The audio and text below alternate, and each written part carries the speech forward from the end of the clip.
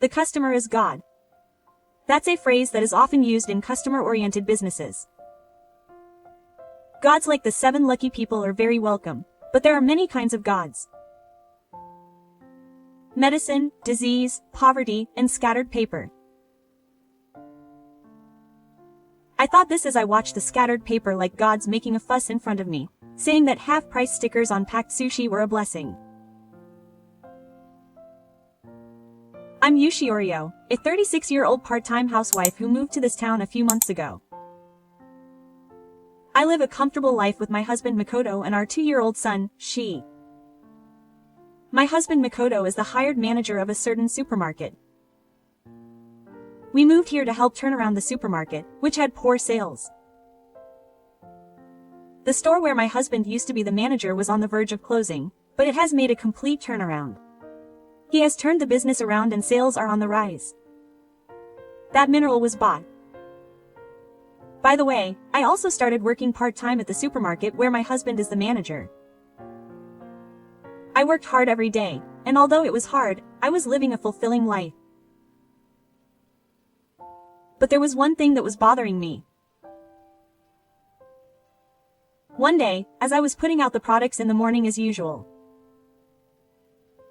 I like putting out the products because I can do it calmly. I was working absent-mindedly, thinking only about how to line them up efficiently.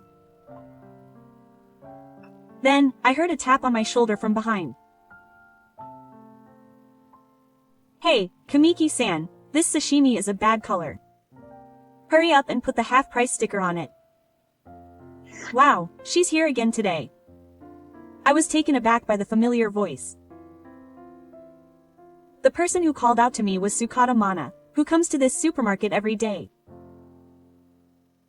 Well, I'm grateful that she comes every day. However, she is someone who would risk her life for a half-price sticker. Sukata-san's daughter and son go to the same nursery school, so we are what you might call mom friends. Sukata-san always wears a cute, doll-like pink frilly dress, and she stands out even from a distance. I'll leave it to your imagination as to which outfit suits her best. By the way, her pink dress is always a little dirty, so it's a pink color with a hint of gray. To put it in a nice way, it might be called a trendy pink. She's wearing such a pink outfit, and today she wants a discount on the expensive sashimi. This is so fresh it feels like it's about to be thrown away. Please put a half-price sticker on it quickly. It's super fresh sashimi that was just put on. It's going to be discounted in the evening anyway, so it doesn't matter if you do it now. And you're the new kid who just moved in, are you aware? You can't do it until the discount time comes. I'm sorry. What's up, you know? I'm the boss. She walks away with a thud of footsteps. I followed her with my eyes. She's not just stingy, she's also not afraid of harassment. When she refuses a discount, she leaves items that need to be refrigerated in the warm place and puts warm items in the freezer. In the past, high-end melons were put in the ice cream freezer. This time, she threw the sashimi she was holding on top of a nearby cup noodle sale and left with a pale face. Because I was watching closely, I quickly collected the sashimi and returned it to the original sales floor. However, the sashimi that was thrown carelessly was all mushy inside. It was not something that could be put back on the shelf. My husband was also worried about what to do with her, but living things are often left behind in the warmer section of supermarkets. If she doesn't do it on purpose, that's the end of it. I couldn't think of a good solution. She always comes to the supermarket in the morning. Today, you came at the same time as the rotation. Mr. Kamiki. This pack of sushi is dried out, so please put a half-price sticker on it quickly. It's a rip-off to sell this at the regular price. She is making a fuss with a slightly expensive pack of sushi in one hand. I sighed and said, Mr. Ta, that sushi was just cooked this morning. If you want our products, wouldn't it be better to go to another supermarket? What? You're a store clerk, but you're so cheeky. The customer is God. Do as you're told. She shouts loudly while holding the pack of sushi, stomping on her own.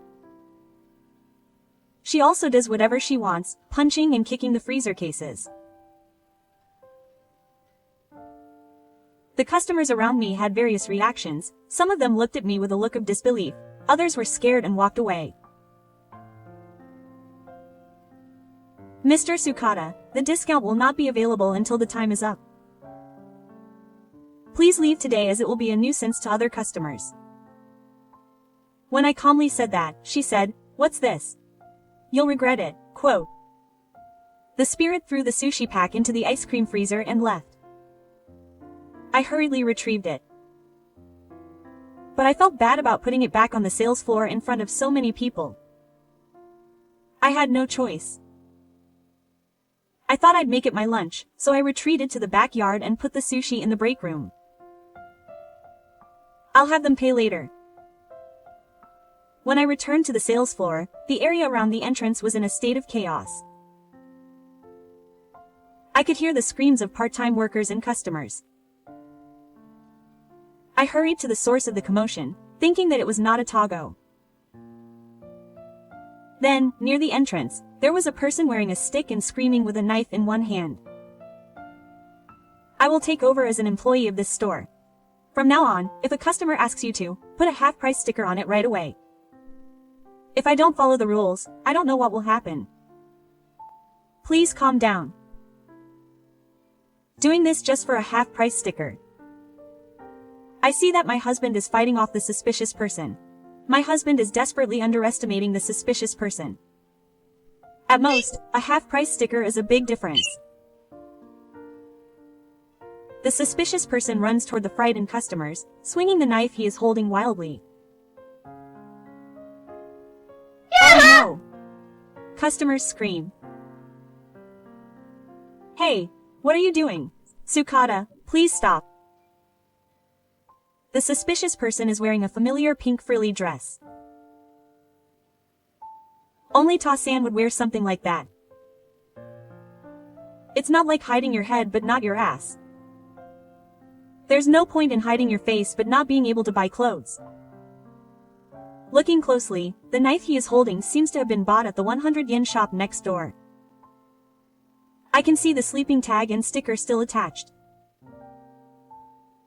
I'm the suspicious person with the eyes of the customer. I quickly get in between Yasukata-san and the suspicious person. I'm not Sukata. I'm just a passerby who came to make a legitimate request. The suspicious person speaks in a low voice. Okay, from now on, don't be stingy with the half-price stickers. Once you say that, everything will be fine. I'll go home for today. Sukata-san slumped his shoulders and headed for the entrance. Just before leaving the store. By the way, don't call the police under any circumstances. I told him that I wouldn't accept it if I did, and left. He said yes obediently when he told me not to call the police. I wonder if he thinks I'll follow him. I've been doing whatever I want up until now, but this time I really went too far. Anyway, I'm glad no one was injured. Sorry for the trouble. My husband sighed in relief. The customers and staff regained their composure at my husband's calm attitude, and somehow returned to their normal daily lives. I whispered to my husband. Hey, that person told me not to call the police. No, of course I won't. There's one more thing I need to call the police and then. I have to make sure that the store understands that it has the right to choose its customers. If they do it, I have to hit them back tenfold. My husband grinned. Leave the rest to me. I got it. It seemed like my husband had some idea, so I decided to leave it to him. The next day, I did my usual work. I thought that since it was the day after that incident, there might not be any customers, but thankfully there were as many customers as usual. As I was stocking the shelves with peace of mind, I was tapped on the shoulder from behind. Hey, that voice sounds a little too familiar to me.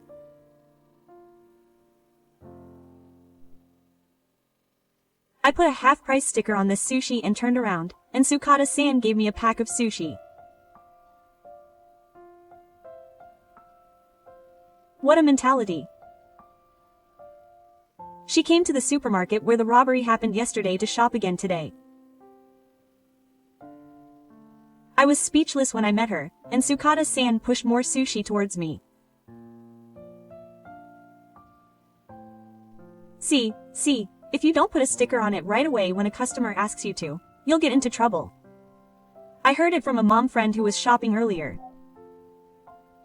Sukata-san said with a grin. You're completely making fun of me. Yesterday, there was a suspicious person in pink clothes making a fuss over a half-price sticker. But there's no way I'd accept such a request. It's really stupid and foolish, isn't it? Don't make fun of me. No, I'm not talking about Mr. Sukata, I'm talking about the suspicious person. Ah, yeah, I see. Anyway, put a half-price sticker on this. I don't know what's going to happen. I refuse. I always say that I won't give you a discount until the time comes. What? If you say something like that and someone comes with a knife again, who knows what will happen this time? It's okay. I called the police, so I already have my eye on the suspicious person. The police? I told you I wouldn't accept it if you called the police. I did say that, but you know it well. It's like you were at the scene. I'll let that off for today. If you don't give me a proper discount from tomorrow, I don't know what will happen. Mr. Sukata threw the pack of sushi at me and turned his back as if to run away. However, she stopped in her tracks when she saw a man standing behind her. The man spoke. It won't be a big deal, and there's nothing for you to worry about. Because the robbers will never come to this supermarket again. And the half-price stickers won't be put up in the morning. Oh, you. I'm a big man in a suit. Judging from her reaction, it must be your husband. Next to him was my husband. Why are you here? I'm supposed to be at work right now. I can't be working. My husband yelled loudly. His face was red and he seemed pretty excited. My husband tried to calm him down. Mr. Sukata's various interferences with our supermarket's business are really outrageous.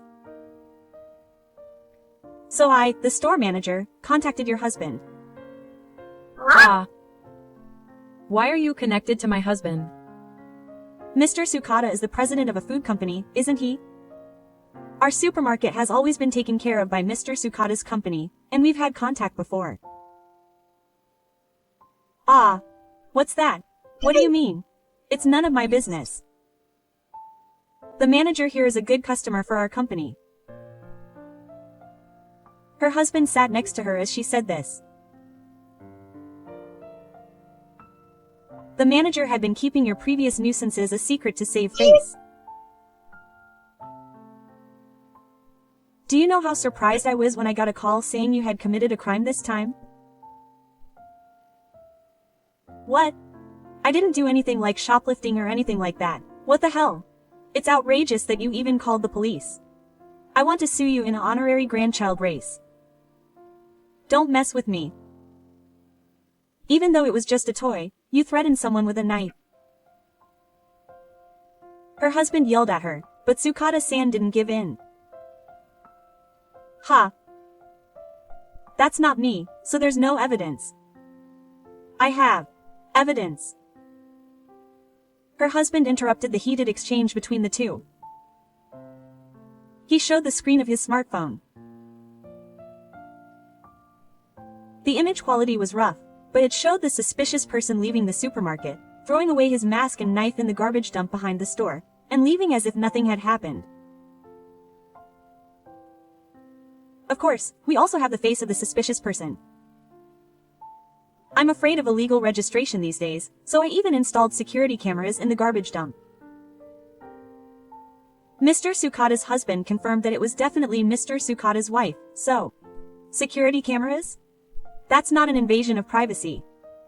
I'll take a secret photo. Do as you like. We'll use this footage as evidence. Oh, your fingerprints will surely be on the mask and toy knife that were thrown away. That will also be evidence. Huh? That can't be evidence. While Mr. Sukata continues to make a fuss, her husband kneels on the floor and sits down. I'm really sorry, Manager Kami. My wife has been spoiled since she was young and has lived without common sense. I thought she would calm down after getting married and having children, but my supervisor Fuyuki arrived. I should have told you before it became this serious. Please raise your head. As the husband and his husband are talking, she interrupts with a dissatisfied look. What? You don't have to bow your head to them. Shut up.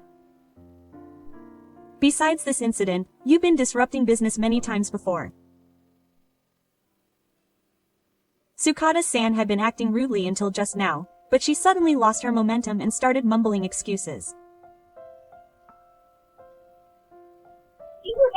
I mean, I did it as a housewife to help the household finances a little, and I didn't mean any harm, but it was a smart way to save money. But how can you save money after causing so much trouble to others? I give you more than enough money for living expenses every month, don't I? I think it would be fine if I had some savings for the future. I also want to live in a bigger house, I want a company, I want a blood sugar reading dog, and I want to send my children to a private school. I want to live a life that people envy. You're just showing off, but nothing really changes. I can't do it anymore. Manager, please. I understand. I'll contact the police again. Huh? What? I didn't just ask you to put a discount sticker on it. I'm sure I was a little persistent, but the police are exaggerating. Are you still going to deny it? What you did is a complete crime. All she did was hide her face and hold a toy knife in her hand and state her demands at the store. No, it's a perfect sedative. At the very least, it's undoubtedly obstruction of business, and her husband says in a stunned voice. She collapsed to her knees and muttered, I wish it was a toy pistol, not a toy knife. But she glared at me and said, if you had just put a half-price sticker on it instead of whistling, this wouldn't have happened. I'll definitely get my revenge on you this time, so remember that, in a voice that resonated from the depths of the earth. Even in such a piled-up situation, her mentality of steel is amazing. I'm sure she'll continue to use that mentality as a weapon in her future life. Do you have the time to take revenge? From now on, you'll reflect on your actions at the police station. No, I don't want the police at all. I didn't do anything wrong. She was bad until the end, but in the end, she was taken away. It seems that she ended up divorcing her husband later. The robbery was witnessed by many witnesses and the security camera footage was the deciding factor, and it seems that he was able to pay for his crime. Her husband's company and our supermarket continue to have a good relationship. Her husband delivers and sells products himself, and helps with lining the shelves. Her refreshing and hardworking husband seems to be very popular with the middle-aged women who come to shop. I still can't believe that such a sensible husband was married to someone like Sukata.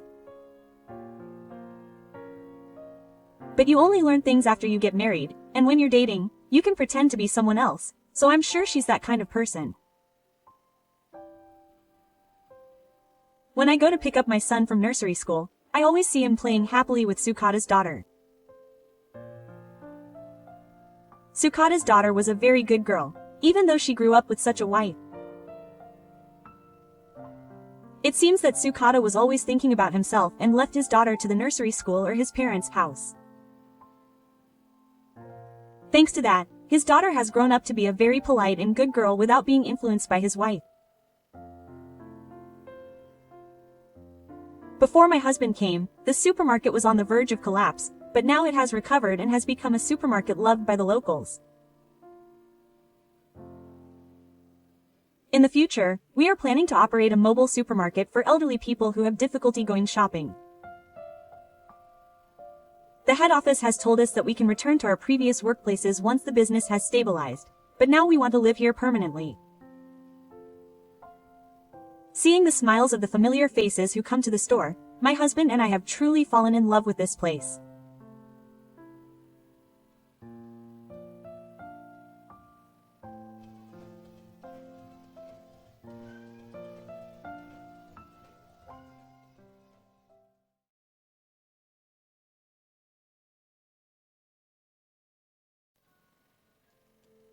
I thought a foreign object had entered my body through my mouth, but apparently that wasn't the case. In fact, I wanted him to see me through my mouth. And my husband lost consciousness due to the pain from the foreign object, and he is currently in need of surgery. Oh, how embarrassing. This is the only day I've ever wanted to disappear from this place this much. I can only pray that I will never be involved in something like this again in my life. My name is Ko. I'm 45 years old and recently got my hands on a convenient tool called a rechargeable Utaho. Oh man, this keeps me warm for a long time, and it also saves on electricity bills, so it's a big plus. This year's electricity bill has been outrageous. Today, I'm going to tell you a story about a certain midwinter warm-up I had. It happened about 10 years ago. My husband Kyoto, who had just celebrated his 10th wedding anniversary, was promoted to section manager. Years later, it seems that this was a typical rapid promotion at his company, where it's difficult to get promoted, and my husband was overjoyed. Of course, I was happy too. My husband has cherished me since before we got married, and that attitude hasn't changed since we got married. He always gave me about 10 red roses, if not a million, on my birthday and wedding anniversary. When we first got married, I had been having quite intense sex at night to fulfill my husband's wish to have a child as soon as possible. However, my husband was extremely busy, and despite his enthusiasm, he suffered from impotence yesterday. I tried various sexual enhancement drugs, such as Yunkel Emperor's Egg, for about 1 million yen, but none of them came to fruition, and I finally passed the age of 30. Since then, I have not had children because of my husband's busy schedule and frequent transfers, but if I get promoted, the situation will change. He will be transferred less often, and I will be able to delegate some of my work to my subordinates. I will be 35 in the blink of an eye, but I think I can have and raise at least one child now. I secretly hoped that my husband's timidity would be an opportunity to get rid of his timidity. However, this assessment was too optimistic. At the same time as my husband's timidity, he started coming home from work late. Well, since he was already busy, he probably got even busier after getting promoted so quickly. I hear that there are a lot of people out there struggling with work, and as a wife I should be happy that my husband is busy working. But even when I try to think that way, I can't help but feel unhappy. Days like this continued. Gradually, my husband started coming home later and later, and he even started working on holidays. He had a new employee who couldn't do his job, so he wanted to catch up with him. That's right. He should just fire that guy. He's a selfish wife for saying things like, "Make time for me too." But what's the deal with an employee who's still late for work every week, even after working overtime and on holidays?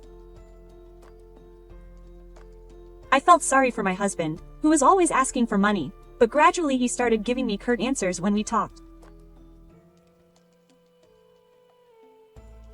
Even when I asked him what he wanted to eat for dinner, his response was just, If this kept happening, I would get irritated and want to harass him by making him poop some kind of small animal feces. On top of that, there have been more and more instances where my husband has asked me to eat gratin himself, but then we have to eat out because of the overtime. I know it can't be helped since he's busy, but my anger and loneliness are growing because I have nowhere to vent. It would be nice if he would at least eat the food I've made later, but he's working overtime. Since he's working overtime, it goes on for days and days, so he doesn't eat anything at all. Sometimes he doesn't come home the night he said he would, and it's hard to see my food left wrapped up on the table in the morning. He's been traveling a lot lately, and we've had fewer and fewer opportunities to see each other. It's only natural to think that he should at least offer some kind of service to make up for it. One day, while I was harboring such pent-up anger, my cell phone rang. It was my husband's number.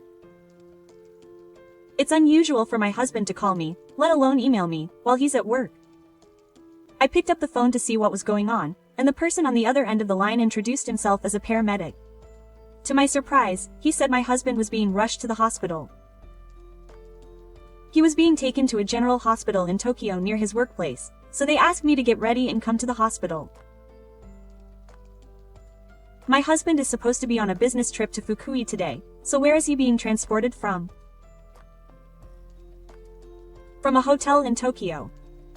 Yeah, aren't you mistaken? Well, I checked his identity, and it's definitely Tachibana Futoshi's wife calling, right? Ah, yes. The cell phone number is my husband's, so it's hard to believe that the paramedics are lying. Fukui Izunaga's husband is being transported from a hotel in Tokyo. What's going on?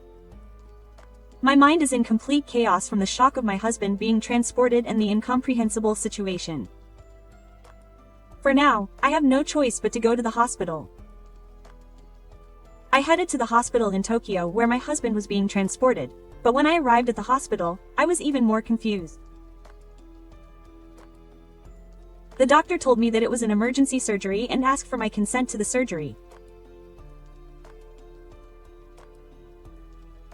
I couldn't help but look up, wondering if it was really that bad.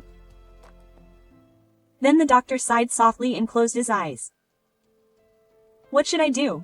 Is it really that important that he hesitates to explain? The doctor said this to me as I turned pale. There was a foreign object in your husband's internal organs. Excuse me. I don't quite understand what you mean. Did you eat something strange? No, in this case, it was either inserted or entered. From your husband's question. When they checked the CT scan, they found a glass bottle inside. I can only think of it as an accident. But seeing his laughing face, I felt so embarrassed that I wanted to disappear from the scene. By the way, apparently there was a woman next to my husband when he was being transported, but she refused to get in the ambulance. Of course. I wanted to go home right away too.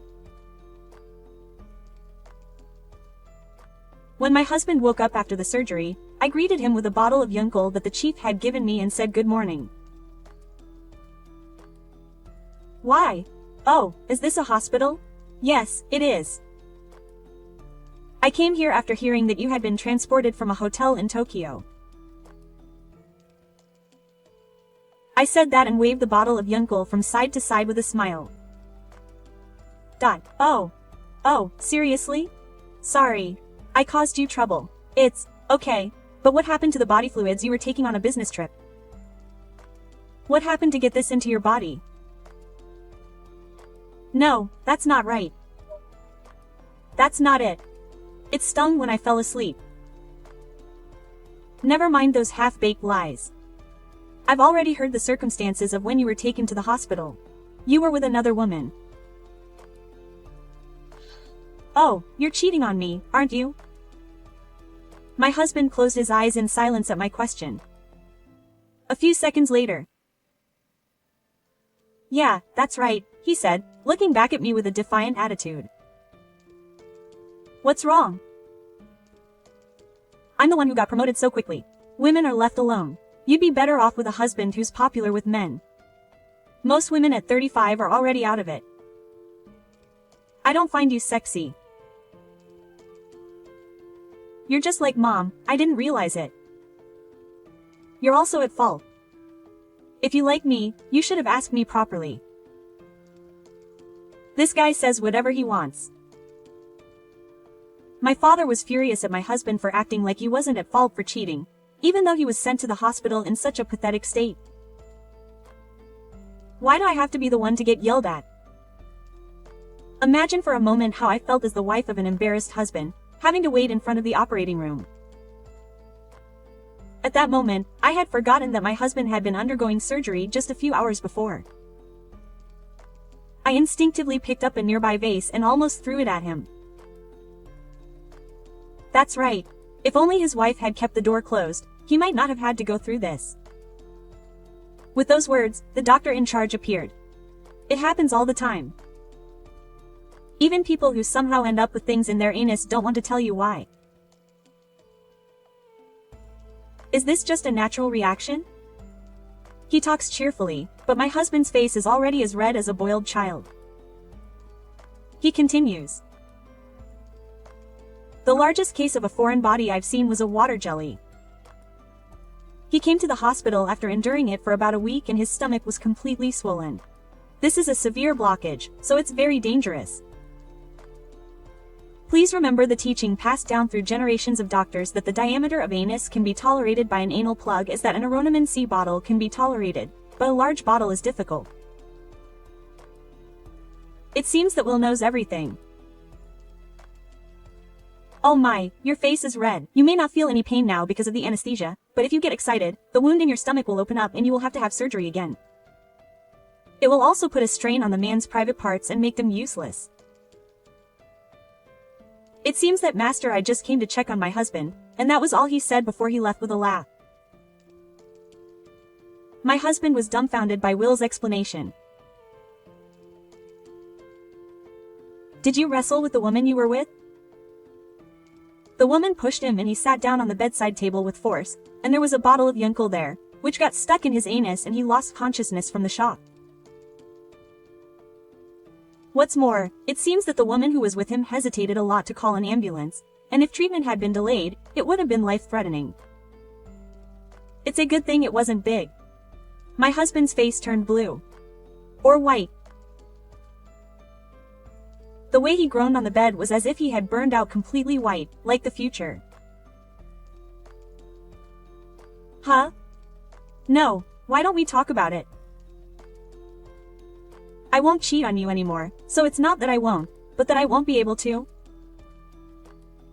Well, there might still be a chance. That's right. We should have a baby soon. What era is it that says having a child is a sign of unity? I don't want a child with you. Well, wait. You're the only one for me now. I finally get it. Well, if I become impotent, I won't be able to remarry. Oh, I make a lot of money. An operating table? Is that money for the Yukon? Oh, I'm sorry. Please. Forgive me. You've been thinking about getting a divorce since earlier, haven't you? You just don't want the world to know that you got divorced if I stick a foreign object in your anus and you get transported there. When I glared at him, my husband literally trembled and shrank. Apparently, he was just a dried fish. Is there love there? No, there isn't. At this point, divorce is the only option. I got the divorce papers that day and decided to get a divorce. Before filing for divorce, I brought up all sorts of past incidents to rub salt into the wound, and he revealed that he had cheated on me with 2 women. But I no longer trusted him. I thought he might still be deceiving me, so I told him that if he lied, I would rub death sauce into the wound, and he confessed that he had had one more one-night stand. However, after confessing everything to me, my husband ran away from the hospital without telling me about the incident and disappeared for a while. After that, it seems that my ex-husband had truly fallen for me. What's more, it seems that the woman he was having an affair with was a female employee at the same workplace as my husband, and there had already been rumors that the 2 of them were suspicious. On top of that, it seems that there was an employee who witnessed the woman refusing to get into the ambulance in front of the hotel where the incident occurred, and the incident spread throughout the city and the car. Then, the woman he was having an affair with made an excuse, probably a lie, that she had been involved in the relationship, and she revealed everything she had done with my ex-husband. She also explained the reason for her refusal to be there in a way that was convenient for her, and then she told him about the pathetic situation in which my ex-husband was taken to the hospital by ambulance. My ex-husband's reputation in the car plummeted. Not only that, but he was dismissed by the chief for causing such a scandal that it disrupted the atmosphere in the car. Incidentally, the woman he had an affair with insists that the affair was condoned, so she was apparently transferred to another department. It's a shame. My ex-husband was so depressed that he even considered quitting his job, but not only did he have to pay alimony to me, but 2 of the women he had affairs with were married, so he was sued by their husbands as well, and he was forced to work as a compensation payment machine. There's no way he could quit so easily, and he's somehow managing to work despite his tight circumstances. On the other hand, I happened to meet a childhood friend and we got back together. Then, we remarried on a whim, and now we're called Ozawa. That's just a joke. Stories like that are just stories, not real. These days, I'm living the life of a very single aristocrat. On Fridays, I often enjoy a beer and dried squid by myself, and on weekends, I enjoy a fancy dinner by myself. When I'm alone, I don't feel like doing housework. But when you have a partner, you may have different days off, or you may end up doing housework that you don't want to do. I've said it many times, but you don't get that when you're alone. Days like that where you feel a sense of eternal freedom. Huh? That's too lonely a life if that's all. Well, it's not like the typical story where you marry a rich man or anything. Oh, that's right. After my divorce, I got various qualifications and now I run a matchmaking agency.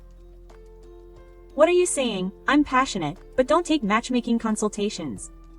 Isn't it because you've failed once that you can find the right partner for the people who come to consult? I'm not saying that people who are looking for a marriage partner can't do it, but it's definitely better for a matchmaking agency to have people who have had a variety of experiences in life to support them. You absolutely mustn't marry like that when you consult with people. I talk about my own experiences quite often, but now they're just funny stories. People are surprised when they hear that it really happens, but it's surprisingly well received, and it's a good trigger for people to realize their relationships with each other. When I think about it this way, being married to my ex-husband was a good little treat for me in life. It seems that marriage agencies often pair people up by making random statements, and behind the scenes, there are quite a few shady places. That's why my company absolutely refuses to do that. Thanks to them, our membership has increased and word of mouth is good.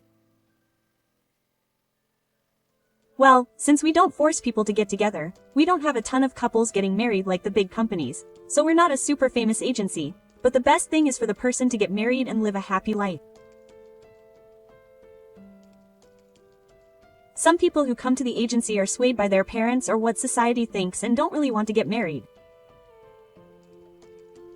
It's wrong to just find a suitable partner for such people and force them to get married. It's okay for people like me to be happy with being single.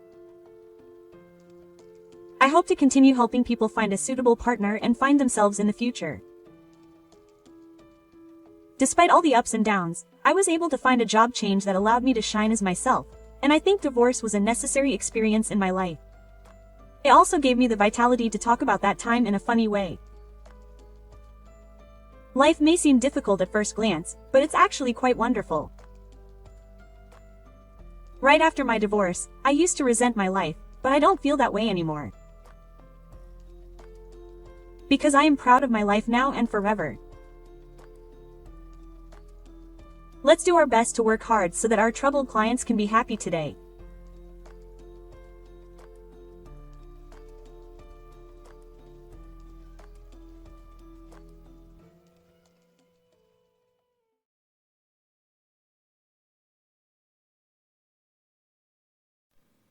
人から盗んだお金で温泉？いい身分ね。」幼い頃から片親の私を見下し、ついには泥棒の濡れ衣を着せてきた彼女なんかとこんな場所で会いたくなかった。せっかく母と旅行を楽しもうと思っていたのに、何もかも台無しにされたような気になって落ち込んでいたのもつかの間。母が彼女にとんでもない右ストレートを打ち込んだのだった。私の名前は稲田あずさ。最近一人でラーメン屋に行くのが好きになってしまった35歳だ。若い頃はなんだか恥ずかしくて行きづらかったんだけど、最近はカウンターに仕切りがあるので個室みたいで食べやすい。おかげで腹回りがラーメン太りだ。そんな私がまだちょっとだけ細かった20代の時の話だ。新卒で入社した職場でちょっと厄介な同期ができてしまった。名前は柴田あかり。中学まで同じ学校に通っていた同級生だ。彼女と私の間にはやや因縁があった。というのも、私は片親育ちなのだ。幼い頃、父親が女を作って蒸発したらしい。だけど、母がもともと会社勤めをしていたおかげで、いわゆる片親に言われがちな極貧生活みたいなことはなかった。裕福とまではいかないけど、低賃金で働いているサラリーマン家庭みたいなものと思ってもらえたらいいかもしれない。母子家庭を支援する制度もあったから、贅沢をしなければ、普通水準の生活なら余裕で送ることができた。母も18時退勤なので夜は一緒にご飯も食べられるし、そんなに得意な家庭ではないと思う。お父さんがいない。それだけだ。でも女を作って蒸発する父ならいらないのでそれ自体は気にもしていない。と、本人がどれだけこの生活に満足していても、私を不憫な子供と見たがる人は多かった。あかりはその筆頭だ。小学生の時、運動会などのイベントは両親揃って参加する家庭が大半だが、もちろん我が家は母だけが参加していた。そこで私に父親の影がないことにより、あかりに片親とバレてからずっとそのことを見下されてきた。例えばこんな感じだ。あかりの方から私を遊びに誘っておいて、でも、あずさちゃんはお父さんがいなくてお小遣い少ないだろうから、やっぱり来なくていいよ。と言われたり、花から私を呼ぶ気などなかったのだろう。誘うふりをして見下したいだけだ。他にも遠足の時に自分たちの弁当の食べ残しを持ってきて、お腹空いてるでしょ？普段食べられないもんね。あげる。と言われたり。中学生の時なんかは、あの子は父親がいない寂しさを紛らわすために、50歳近いおじさんと付き合ってる。と、根も葉もない噂を流されたこともある。女子からは遠巻きに見られ、男子からは好奇の目で見られた。靴箱にラブレターが入っていて、待ち合わせ場所に行ってみたら、君、俺が好きなんだろ？お金に困ってるなら金も工面してあげるからさ。と、太ったニキビだらけの先輩に肩を抱かれたこともあったっけ。どうもあかりが先輩に、私が先輩を好いていると言ったらしい。誤解した先輩がラブレターを送ってきたというわけだ。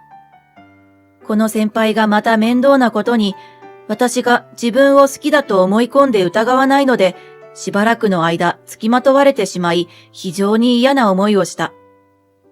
先生たちの中にも、私が先輩をもてあそんでる、なんて思ってた人もいたくらいだし、男の子たちの中には、あの先輩でいけるなら誰でもいけんじゃねと、私のことを軽い女と見る人も少なくない。一度変な噂が立つと、変な目で見られ続けるのが本当に厄介だった。このように私の人生にはあかりのせいで受けた被害がいくつもあった。高校からは彼女と離れられ、周囲にも片親の子が珍しくなかったので、穏やかに過ごすことができていたのだが、ここに来て再会となると気持ち的にも少し身構えてしまう。もうあかりもいい大人だし、子供じみた嫌がらせなどしないだろうと信じたいのだが、あかりはしつこかった。ある日、ランチから戻ってくると、部署の中が騒然としていた。何事かと聞くと、あかりのネックレスがなくなったというではないか。まあ自分には関係ないや、と席に座ろうとすると、上司から机の中を見せてほしいと言われた。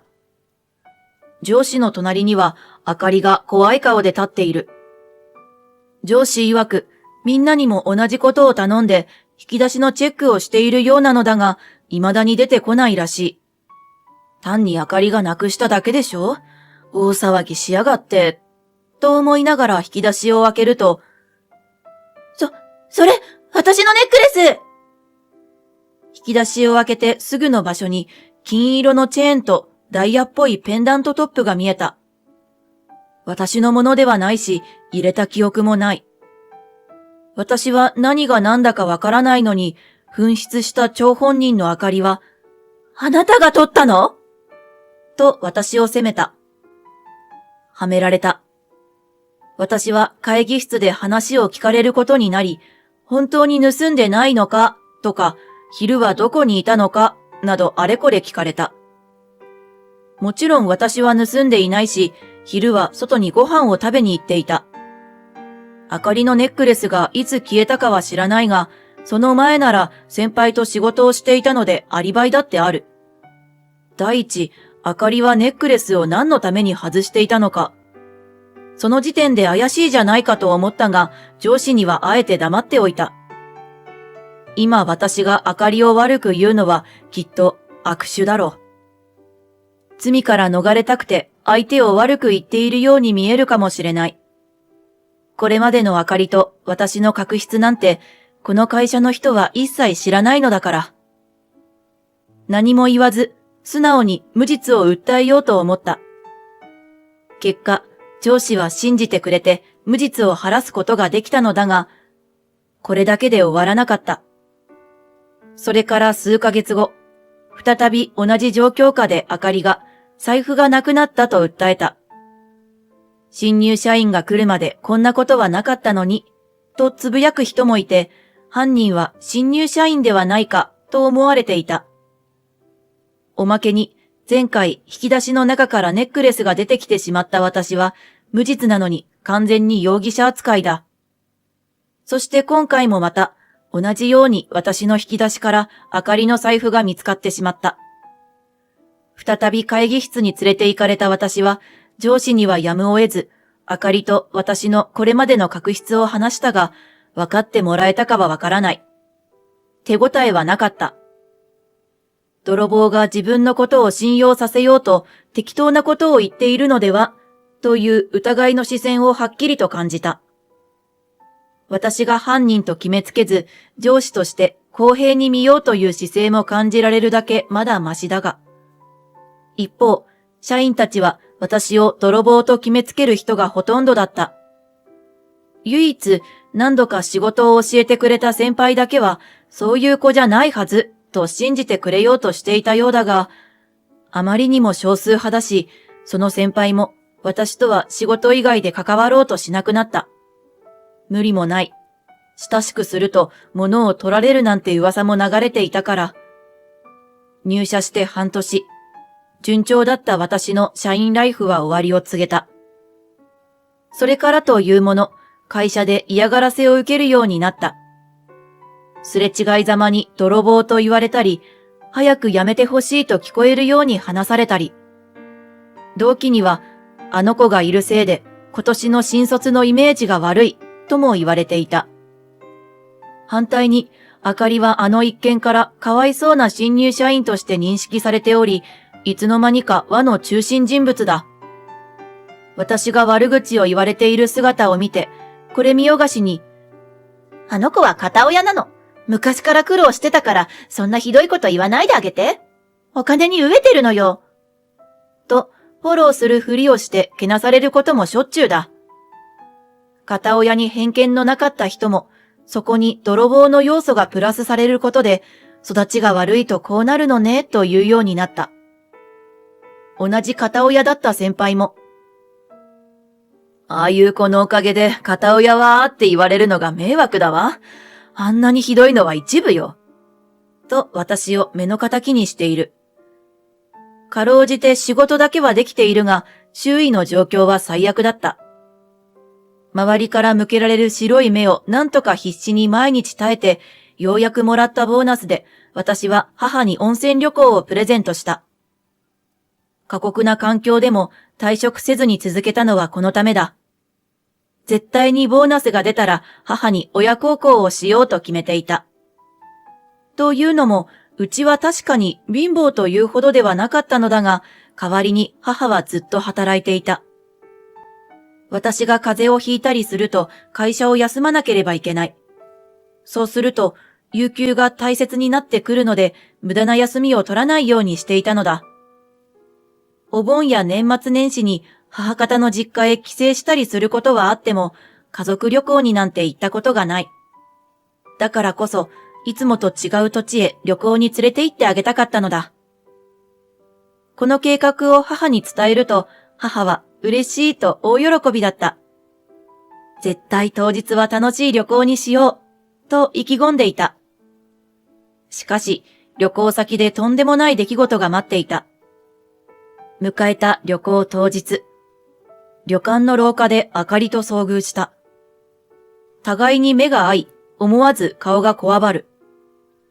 何も知らない母は、どうしたのとでも言いたげな顔をしていた。やだ、稲田さんじゃない。どうしたの？旅行？ニヤニヤしながら尋ねるあかり。無視をしたいが、あかりの周りには私の同期たちもいた。長期休暇を利用して人気の旅館へ来たのが失敗だったらしい。まさかこんなところで遭遇するなんて。ええ。適当に答えてすぐその場を去ろうとしたその瞬間。へえ、人から盗んだお金で温泉？いい身分ね。片親の泥棒でも罪を償わず旅行に来れるなんて、日本はなんと平和な国なのかしら。ふふっと笑うあかりに全身の血液が沸騰しそうなほどの怒りを覚えた。母に心配をかけたくないので、これまでずっとあかりにされた嫌がらせのことは黙っていた。仕事も順調だと言ってあった。それなのに、これじゃ台無しだ。心を折られたその時。あら、この子泥棒だったの？何かの間違いじゃない？それにあなた、人のこと泥棒だとか言ってるけど、さっきあそこにいる男性の写真を撮ってたのはいいの？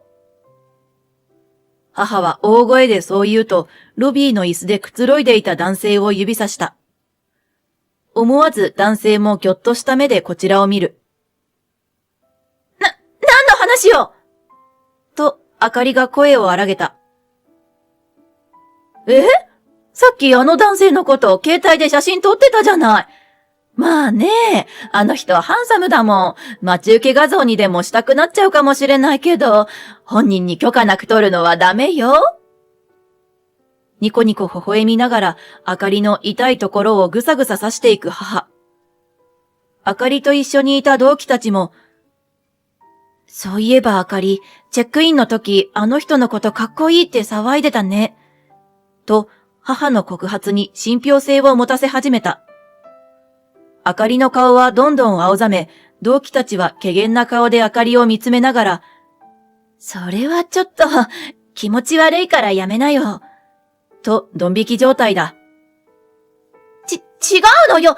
別に私はあんな男。と焦るあかり。あんな男って勝手に写真撮っておいて失礼じゃありません？携帯見せてください。そう言って男性があかりに近づき、携帯を見せるよう要求してきた。嫌よ。いきなり声かけてこないで。私は何もしてない。とあかりは抵抗する。何もしてないなら別に中身を見せられますよね。早く出してください。男の友人がさっさと出せよと凄み、同期たちも何もしてないなら早く見せて分かってもらった方がいいよ、とあかりに訴えかける。あかりは何としても携帯を見せたくないという様子だったが、周りの人間に責められて逃げ場がなくなり、嫌そうに携帯を男に差し出した。俺の携帯と同じ機種だ。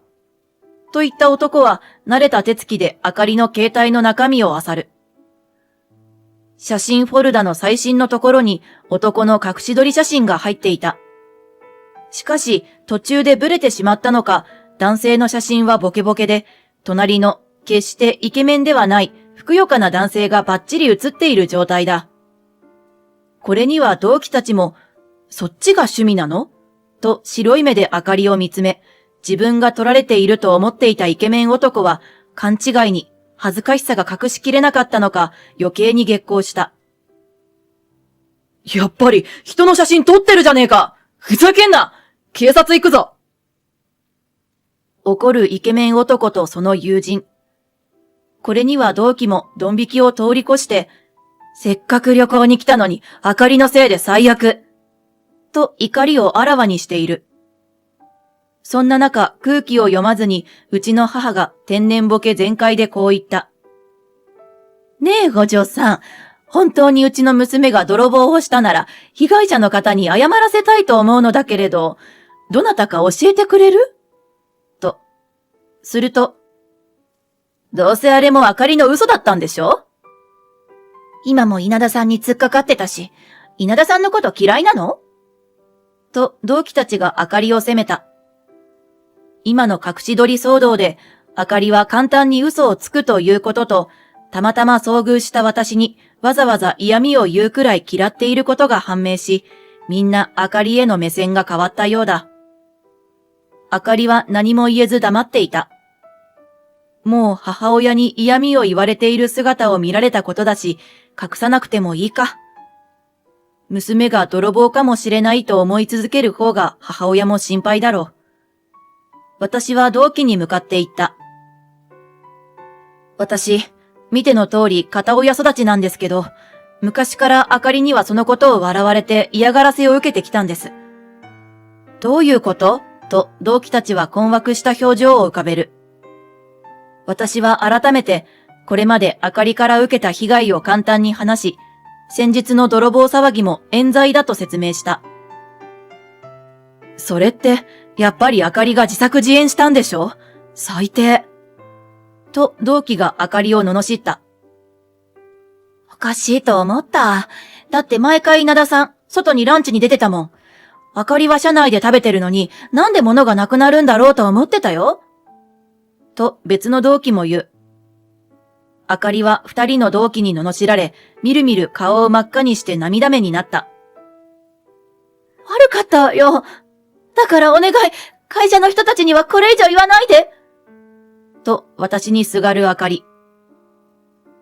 あなたと違って人のことをベラベラ周りに話すのは好きじゃないから言わないよ。あかりは私の言葉にありがとうと返したが、気づいてないんだろうな。同期たちも黙ってくれているのかは別だということに。一応言っておくけど、私は親を盗んだお金で旅行に連れてきたりもしないし、嫌いな人がいてもあなたみたいに嫌がらせをしたりしないから、ちゃんとその辺理解しておいてね。私がギロッとあかりを睨むと、わかってる。とあかりは涙をこぼした。どれだけ嫌がらせをしても、あんたはほとんど無視だったもんね。それがムカついた。というあかり。知らないよ。勝手にムカつけば？相手にするだけ無駄だわ。私はこうしないと人に注目してもらえないから少し羨ましいよ。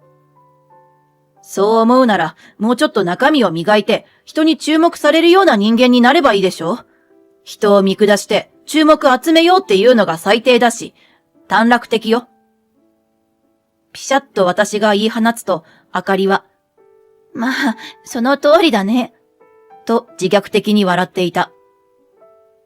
私たちの話が一段落すると、俺たちのことを忘れてねえだろうな、と男たちが騒ぎ始めた。放置されたことも相まって、男たちの怒りはさらに増している。そのままあかりは無理やり男たちに近くの交番へ連れて行かれた。同期は誰も付き添わず、あかりの人付き合いがいかに薄っぺらいのか、そのワンシーンだけで十分わかる光景だった。その後、あかりは警察に連れて行かれたものの、話し合いで解決するように言われ、男たちに謝罪。血気盛んな人たちだったので、かなり怖い思いはしたようだが、一旦はそれで終わった。ところが、案の定、同期たちは、連休中マジで最悪だった、と旅行の思い出を車内で披露した。当然、あかりの隠し撮り騒動がメインの話だ。私が過去、あかりに嫌がらせを受けていたという話も自然と広まり、おかげさまで私の信用は回復したが、あかりの信用は地に落ちた。男性社員なんて男同士で、お前はイケメンだから写真撮られるぞ、とあかりのことを揶揄して笑っているほどだ。嘘つきで周りを巻き込んで同期を犯人に仕立て上げた子、というのは泥棒と言われた私よりイメージが悪いらしい。上司も先輩も同期さえ彼女をたちが悪いこと嫌っていた。当然、仕事を教えてくれる人たちも、あかりに対しては雑な指導になり、仕事はできない。嫌われているから連携も取れない。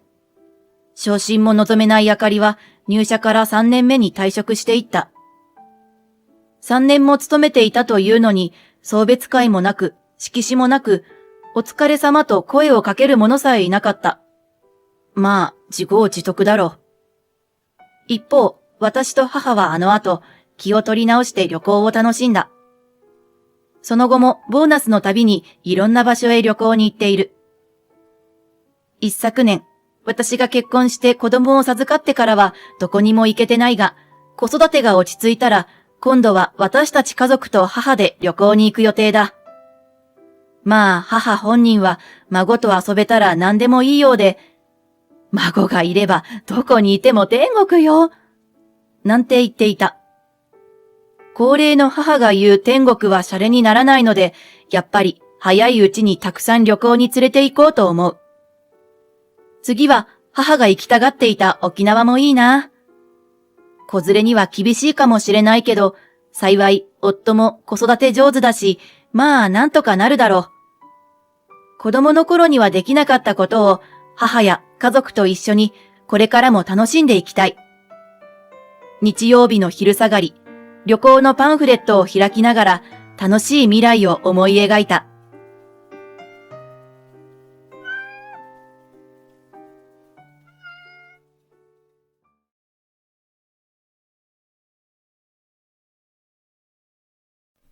この話は、血縁関係のない私と姪が真の家族になるまでの険しくとも優しい奇跡である。私はマリエ、今年35歳になる専業主婦だ。大学時代の同級生翔太とは社会人になって付き合い始め、30を目前にしてようやく結婚した。私たちには2歳になったばかりの息子、リクが一人いる。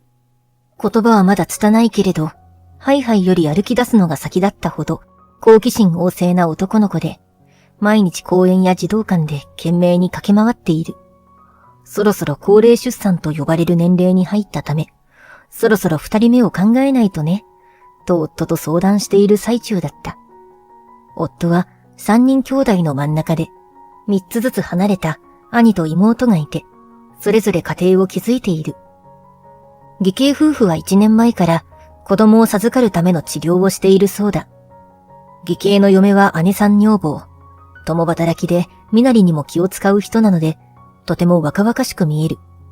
彼女自身、肉体的には人より若いから子供もいずれできるだろう。そう考えていたようだ。しかし、今年とうとう40歳を迎えることになり、焦った彼女はようやく不妊治療を始めたのだ。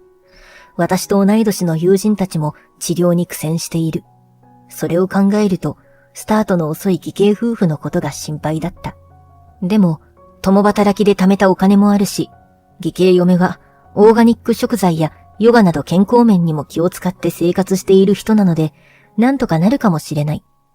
私たち夫婦にできることは、応援だけだった。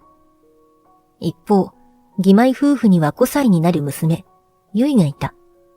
全力で娘と遊んでくれる義妹の夫と、優しいけれど、必要な場面では叱ることのできる義妹に育てられたメイは、明るくて笑顔の可愛らしい素敵な女の子に育っていた。ゆいね、大きくなったらパパと結婚するの。なんて、世界中のパパの夢を語るものだから、義妹の夫はそれはもうデレデレだった。そんなメイは、いとこである私の息子のことも可愛がってくれている。義妹家族に会うと、私の息子は、ゆいたん、とメイに駆け寄ってべったりだった。そんな幸せを絵に描いたような義妹夫婦は理想的な家族だった。なのに、不幸は見境もなく突然襲いかかる。ある日突然、義妹夫婦は帰らぬ人となった。彼女たちに何ら非はなく、一方的な事故の犠牲者だった。棺にすがりついて泣く義母と、義妹の夫の両親、そして呆然とする私の夫に手をつながれたメイ。私も涙が止まらなかったけれど、さらに血のつながった彼らの悲しみは計り知れない。声も上げず、ただ涙をポロポロ流しながら、二つの遺影を見つめるメイがかわいそうでならなかった。小さな心と体で、こんな残酷すぎる別れを受け止めきれるのだろうか。そんなメイの将来を思うと、泣いてばかりもいられない。残された彼女の引き取り先を見つけなくてはいけないからだ。実家には義母しかおらず、現在は病気の治療中で、入院と退院を繰り返している。ゆいの父方の祖父母は、二人とも足が悪い。ゆいの父親の兄である叔父は独身。そして、私たち夫婦にはまだ手のかかる幼い息子がいて、メイの心のケアに専念できる環境にない。そんな事情を配慮した上での判断なのだろう。義母は、初七日が終わった後、私たちもいる場所で義兄夫婦に頭を下げ、拝むように頼み込んだ。ゆいを引き取ってほしい。メイを可愛がっていた義兄は、それを受け入れる気持ちがあったようだが、しかし義兄の嫁が、いきなり感情をむき出しにしてきた。どういうことですか？子供を引き取れって。それは、私に自分の子供を諦めろっていうことですか？初めて見る彼女のそんな激しい姿に、義母がたじろぐ。そういうわけじゃないのよ。でもね、あなたも40になるでしょ？私もいつまでも不妊治療の費用を出してあげられないし、ゆいはね、とてもいい子なの。だから。お母さんひどい。私のことを応援してくれるって言ったくせに、約束破るんですか？目を血走らせ、青筋を立ててわめき散らす姿は、日頃綺麗に着飾って、ツンと座っている彼女と同一人物には思えなかった。というか、不妊治療の費用を規模に出してもらっているという事実に、私は驚きを隠せなかった。共働きで稼いでいるはずなのに、義母に応援してもらわねばならないなんて、どこにお金を使っているのだろう。違うのよ、ね。鼻息荒くまくし立てる彼女を義母が必死になだめる。でも一度噴火した火山はもうなすすべもない。その活火山がさらに熱々の土石流を吹き出した。私は他人の子なんていりません。しかも、大した学歴も仕事もしてなかった夫婦の子供なんてたかが知れてるわ。私は自分の血を継いだ優秀な子が欲しいんです。その場がしんと静まり返る。おい！義兄が慌てて彼女の腕を引き、暴言を抑えようとするが、彼女は引き下がらず、義母をきっと睨んでいる。こんな人だったのか。あまりにもひどすぎる。私は彼女の言動に激しい怒りがこみ上げた。遺影を見つめたままじっと座り続けるゆい。後ろ姿で顔は見れないけれど、自分が邪魔者扱いされ、優しかった両親の悪口を言われていることは幼くても分かっているのだろう。その小さい背中にこれ以上何も背負わせたくない。こんな人の心を持たない女にこの子を任せるなんてもってのほかだ。ゆいを守るための方法はたった一つ。私は心を決めた。ゆいは私たちが引き取ります。マリエさん。義母が驚いて私の顔を見る。夫も私の決断に不安そうな顔をした。俺は賛成だが、一番苦労するのは君だ。わかってる。でも絶対投げ出したりしないから。真剣に夫の目を見つめる。ありがとう。本当にありがとう。義母が土下座する勢いで、私に何度も頭を下げてくる。最初からそう言えばいいのに。私が悪者みたいになっちゃったじゃないの。あなた帰りましょう。義兄嫁は私たちを一別すると、さっさと玄関に向かう。義兄は私たちに頭を下げて、その後を追いかけた。私はゆいの隣に座り、できる限り優しい声で、うちにおいで、おばちゃんたちと一緒に暮らそう。と話しかけた。ゆい、お邪魔じゃないかな。そんなことないよ。ゆいちゃんに来てほしいな。自分の置かれた立場をわきまえた小さな姿に胸が締め付けられる。その時、部屋の隅でミニカーで遊んでいた私の息子が手と手と歩み寄ってきた。ゆいたん、ゆいたん。息子が構って欲しそうにゆいの手を取る。りく、ゆいちゃんは今日からあなたのお姉ちゃんになるのよ。ゆいたん、お姉たん？そう、お姉ちゃん。息子は首をかしげてお姉ちゃんの意味を考える。そして、お姉ちゃんがとても素敵なものだと理解したようだ。お姉たん、お姉たん。息子はゆいに抱きついて、全身で喜びをアピールする。りくくん。ゆいはそんな息子に戸惑いながら、私と夫の顔を恐る恐る見上げる。よろしくね、ゆいお姉ちゃん。私が笑うと、彼女の顔がくしゃくしゃになった。そして、彼女は息子の体を抱きしめ、小さな肩を震わせながらおえつした。私は泣きそうになるのをこらえ、この子が大人になるまで絶対に守っていこうと静かに決意した。その日から、ゆいは私たちの家族になった。彼女はとてもいい子だった。身支度を自分でして、幼稚園ではお利口に過ごし、家ではお手伝いまでしてくれる。でも、笑顔は少なかったし、自分の居場所を失わないよう、必死に歯を食いしばっている姿が痛々しかった。そんなストレスや親を失った悲しみから、夜中に突然泣き叫んだり、おねしょを漏らすこともあった。暗闇で泣く彼女の小さな背中を撫でながら、本当に自分はこの子の心を癒せるのかと不安に駆られた。そんな時、いつも私たちを救ってくれたのが息子だった。息子は、姉たん遊ぼう。とゆいにくっついて回った。全身で大好きと表現し、ゆいの優しさを求める息子は、彼女にとって居場所をくれる存在のようだった。彼女は最初、ただ従順に息子の相手をしてあげていたけれど、少しずつおもちゃの取り合いで喧嘩をしたり、息子が悪さをしたらたしなめてくれる、どこにでもいる姉と弟の関係に落ち着いていった。それに伴って、私たち夫婦にも甘えてくれるようになった。決してわがままではなく、夕ご飯はカレーが食べたい。といったささやかなお願い事だけど、私はゆいの小さな主張がとても嬉しかった。夫も率先してゆいの面倒を見てくれるし、義母もできる限りのフォローをしてくれた。ゆいが来てから2年が経ち、私はそれまで諦めていた妊活を再開することにした。もちろん悩んだ。ゆいの心をまた不安定にしてしまうのではないか。そんな心配があったからだ。でも、ゆいのことを理由に妊娠を諦めると、かえって彼女の心の重荷になるかもしれない。きっと、どの道を選んだって、後悔や困難はある。だったら、後悔の少ない道を選びたい。そう夫と決めた。無事赤ちゃんがお腹に宿り、安定期に入った頃、ゆいに内緒話のように教えてあげた。もう一人弟が増えるの。よろしくね、ゆいお姉ちゃん。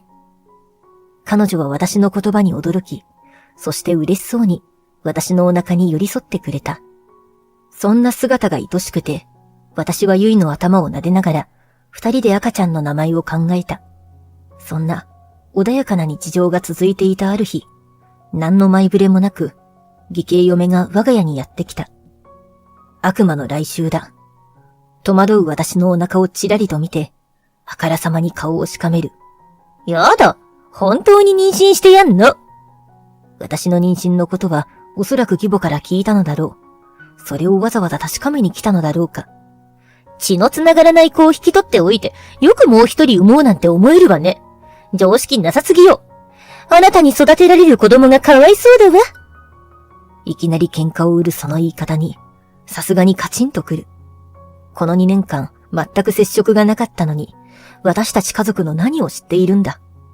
大丈夫です。夫ともよく話し合って決めたので。無理でしょう。あなたが思ってるより大変よ。3人の子育ても、血のつながらない子のお世話も。だったらなんだと、お腹の子を諦めろとでも。違うわよ。私がもらってあげる。は？彼女が何を言っているのかわからなかった。先ほどまで私のお腹の子を馬鹿にしていたのに。お母さんがね、不妊の治療費はもう出せないって言うのよ。だから仕方ないわ。計画性のないあなたたちの子供をもらってあげる。何を言っているんだこの人は。あまりにも勝手すぎて、ようやく絞り出した言葉が怒りで震えてしまった。あげるわけないでしょ。大事な息子を、いらない食器みたいに言わないでほしいわ。あらやだ、また男の子なの？下手くそね。男の子は乱暴だから女の子がいいのに。は？じゃあ仕方ないわ。あの子、ゆいちゃんだっけ？あの子をちょうだいな。は？男の子にダメ出しする思考もどうかと思うが、それより2年前に引き取りを拒絶し、あの子の両親まで貶めておいて、この後に及んでゆいを引き取りたいなんて、どの口が言うのか。渡さない。両親を失った悲しみの世界で必死に生きるあの子を絶対渡さない。ゆいは、私が引き取ったんです。私が責任を持って最後まで育てます。彼女の理不尽な要求を、私はきっぱり断った。何よ。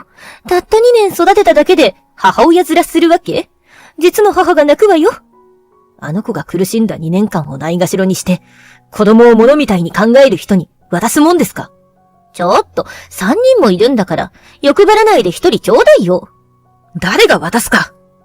ほいほいくれるものとでも思っていたのか、苛立った彼女が地団打を踏む。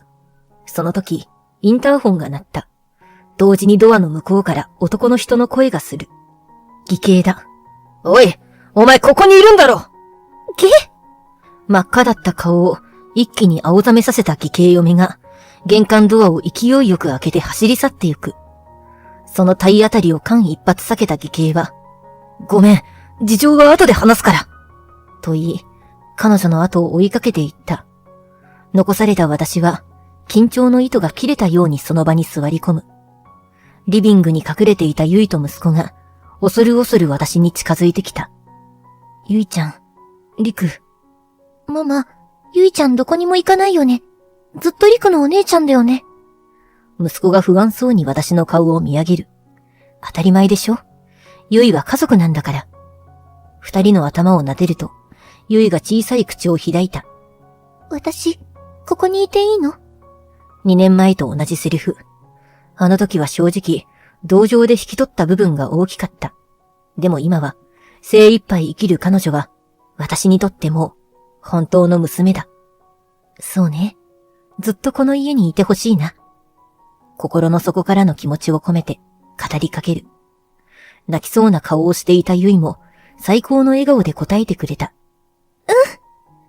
嬉しそうに抱きついてくるゆいと息子を抱きしめ返す。二人の体温が心地よく、お腹の中の息子も楽しそうに動いたのを感じた。義兄嫁の襲来から数日後、義兄と義母が彼女の狼藉を謝りに来て、そして驚くべき事実を教えてくれた。なんと、彼女は浮気をしていたらしい。どうやら、成果の見えない不妊治療に嫌気がさしたらしく、種を変えれば子供ができるだろうと、1年以上前から会社の子持ちの既婚男性と子作りを頑張っていたそうだ。その男を選んだのは、顔が好みであるのはもちろん、子供ができた実績があるからというのだ。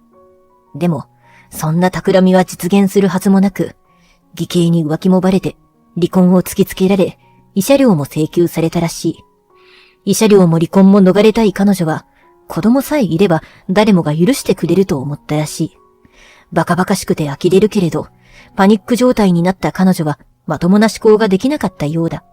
それにしちゃ、ずいぶん偉そうだったけどね。そんな話し合いの席から逃げ出した彼女が、私たちの子供を狙って我が家を襲撃した、というわけだ。本当に、愚かすぎて開いた口が塞がらない。もっと思慮深い人だと思っていたのに、なんて浅はかなんだろう。あんな人に優位を渡さなくて本当に良かった。当然、義兄夫婦は離婚した。彼女は義兄と浮気相手の奥さんから慰謝料を請求され、社内での不貞行為が咎められ、職場での立場が悪くなったらしい。彼女もすでに40半ば、一人で慰謝料を返し続ける哀れな人生になるだろう。一方、私たち夫婦とゆいは、この件をきっかけに養子縁組をすることにした。亡くなった義妹夫婦から姪を奪ってしまうようで悩んだけれど、何かあった時に守ってあげられる術を増やしたかった。何より、ゆいの二人目の母親になりたかった。ゆい、娘もいつからか、亡くなった義妹を、ママと、私をお母さんと呼んでくれるようになった。私たちはゆっくりと、本当の親子になっていった。それから13年後、今日は娘、ゆいの成人式だ。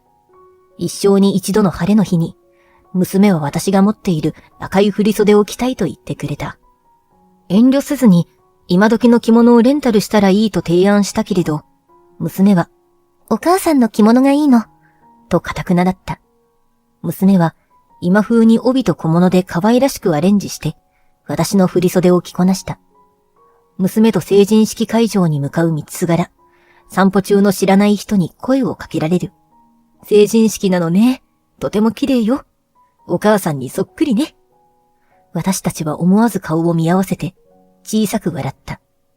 これで何回目だろう。娘が高校に上がったくらいから、私と顔や雰囲気がそっくりだと言われるようになった。不思議だね。血のつながりはないのに。私がそう言うと、娘が小さく首を横に振る。似てくるのは当たり前だよ。だって私はお母さんにたくさん褒めてもらって、怒られて、ご飯を食べさせてもらって、抱きしめてもらってきたんだもの。私のこの体は、お父さんとお母さんにもらったたくさんの愛情で作られているのよ。ゆい。パパとママを亡くした時は、本当に苦しかった。一緒に連れて行ってくれたらよかったのにって、恨んだこともあった。でも、今は生きててよかったなって、大人になれてよかったなって、心の底から思ってるよ。お母さん、私を家族にしてくれてありがとう。お母さんになってくれてありがとう。そう言って美しく微笑む娘に、涙やら、いろんな感情やらがこみ上げる。それは、こっちのセリフよ。やだ、泣かないでよお母さん。だって、もうこんな道端で、せっかく私、朝5時からお化粧してもらったのに。涙目の娘が困ったように笑いながら、ハンカチを差し出してくれた。綺麗事だけじゃない15年間だった。すれ違ったり、ぶつかったり、悩んでばかりの日もあった。でも、それは親子だったら当然のこと。そんな娘も、今年専門学校を卒業して社会人になる。ようやく私の役目も終わる。でも、ほっとするよりも、どこか寂しいのは、それだけ娘のいる日々が幸せだったから。お母さん、これからもよろしくね。当然よ。あなたは私の大切な娘なんだからね。大人になって、この手を離れても、血が繋がっていなくても、私たちはずっとずっと家族だ。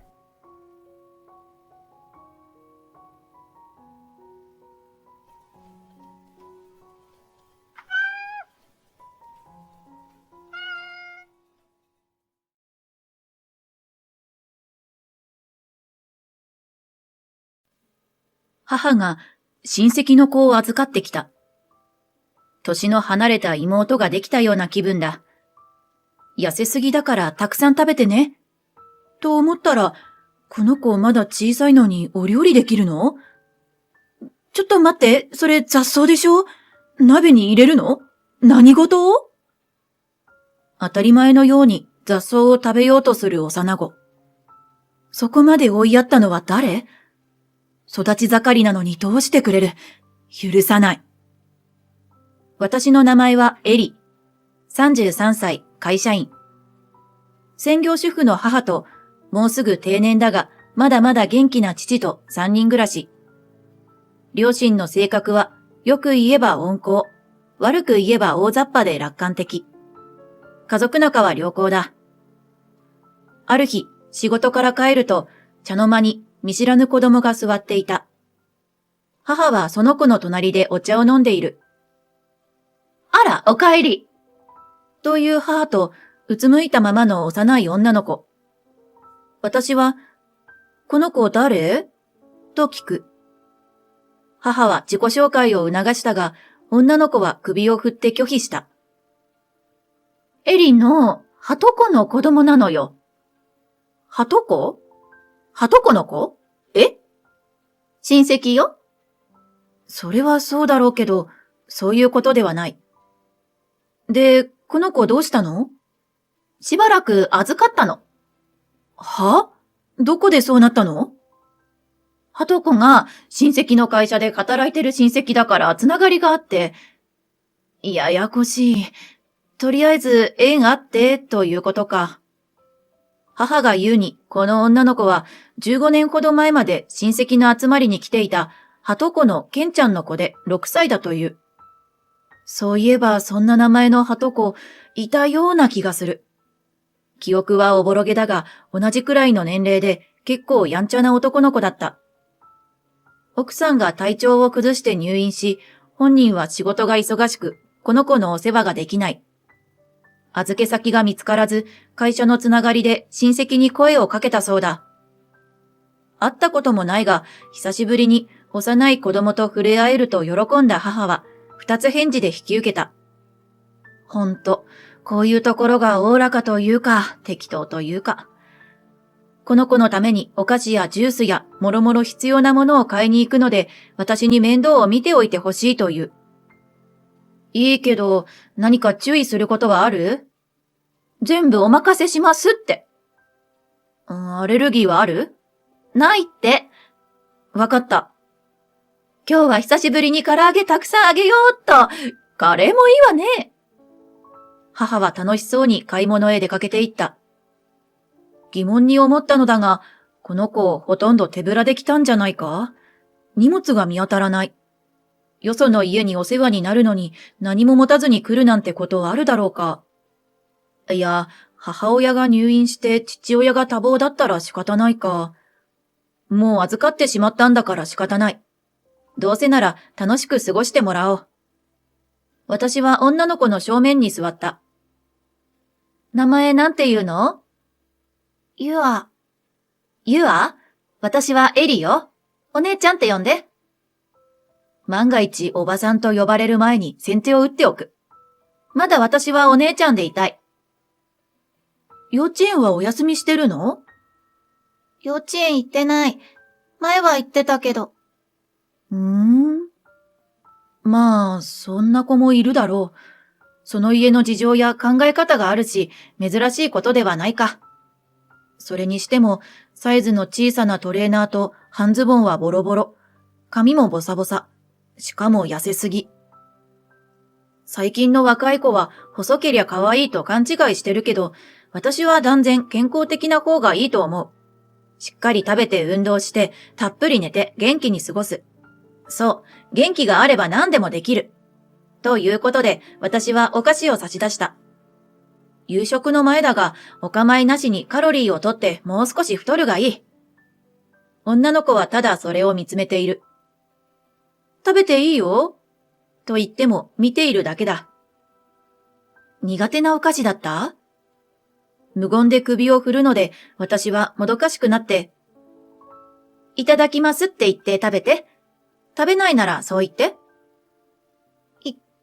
いただきます。はい、どうぞ。お姉ちゃん、これどうやって食べるの？は？ごく普通の箱に入ったチョコレート菓子だ。箱を開けて食べるのよ。どうやって開けるの？私が箱を指で押すと、点線に沿ってそれは開き、中から色とりどりのチョコレートが出てきた。幼いとはいえ、こんなこともできないのか？過保護に育てられたのか？と少し呆れたが、目を輝かせて喜ぶ様子を見たらどうでもよくなった。もしかしてお菓子をあまり食べさせてない家なのかも。市販のお菓子は体に悪いとか、虫歯になるとかで避ける親もいるだろう。でも私が預かった以上、私の考え方でお世話させてもらう。子供の仕事は食べて寝ること。興味のあることは何でもやっていい権利がある。と私は思う。嬉しそうにお菓子を食べて、その後の夕食もペロリと完食し、おかわりまでした。夢中になって唐揚げを頬張る姿に母は大喜び。仕事から帰ってきた父も終始デレデレしていた。お風呂に入ると電池が切れたように眠ってしまった。子供とはいえ、慣れない場所で気疲れしただろう。それにしても、無知なのか常識がないのか変わった子だ。今時の子ってこんなもんなんだろうか。お菓子に続き、唐揚げもあまり食べたことがないようだった。家で何を食べているのか聞くと、お肉はあんまり食べないよ。葉っぱをよく食べる。お菓子も与えていないようだし、菜食主義の家庭なのだろうか。健康的でいいと思うが、唐揚げへのがっつきぶりを見ると、きっとお肉も好きなんだろう。明日もたくさん食べさせてあげよう。次の日、私と父はいつものように出勤し、母は女の子を連れてお出かけへ。うちに子供が遊ぶようなおもちゃがないので買いに行くそうだ。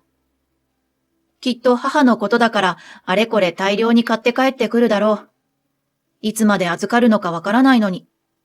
とか思いながら私も仕事を早めに切り上げてしまった。早く帰って一緒にご飯を食べるんだ。途中でコンビニに寄る。あの子にお風呂上がりのアイスの美味しさを教えてあげるためだ。おっといけない。大人はやっぱりビールよね。ウキウキしながら帰宅すると台所から母の悲鳴が聞こえた。何事かと急いで向かうと泥のついたままの緑の野菜がどっさり積み上がっていた。母が、何してるの？やめて！と、その野菜をせっせと切る女の子に向かって言う。お母さん、どうしたの？ゆあちゃんが！お手伝い？偉いわね。違う！泥？洗えばいいじゃない。違うのよ！母の様子がおかしい。ふと見ると、切られて煮込まれているのは野菜ではない。雑草だ。ゆあちゃんが庭の草むしりを手伝ってくれたの。それをいきなり調理し始めたのよ。は？母の言っていることが信じられず、鍋の中を覗き込むと、確かに庭でよく見る雑草が煮込まれている。何してるの？食事の準備だよ。入院中のママに持って帰りたいんだけど、いい？そう言われ、私は困惑する。いいって言われても。煮込まれた雑草は、とってもアクを出すばかりで、何とも言えない匂いを漂わせている。帰宅した父も匂いに気づき、まっすぐ台所にやってきて、その光景に言葉を失っている。ママがいつも作ってくれるご飯なの。ママが元気ないときは、私が作ってあげてるんだよ。お姉ちゃんも一緒に食べようね。返事できるはずがない。私は混乱していた。この子の母親は好きで雑草を食べているというのか、そんなはずない。何か理由があるはずだ。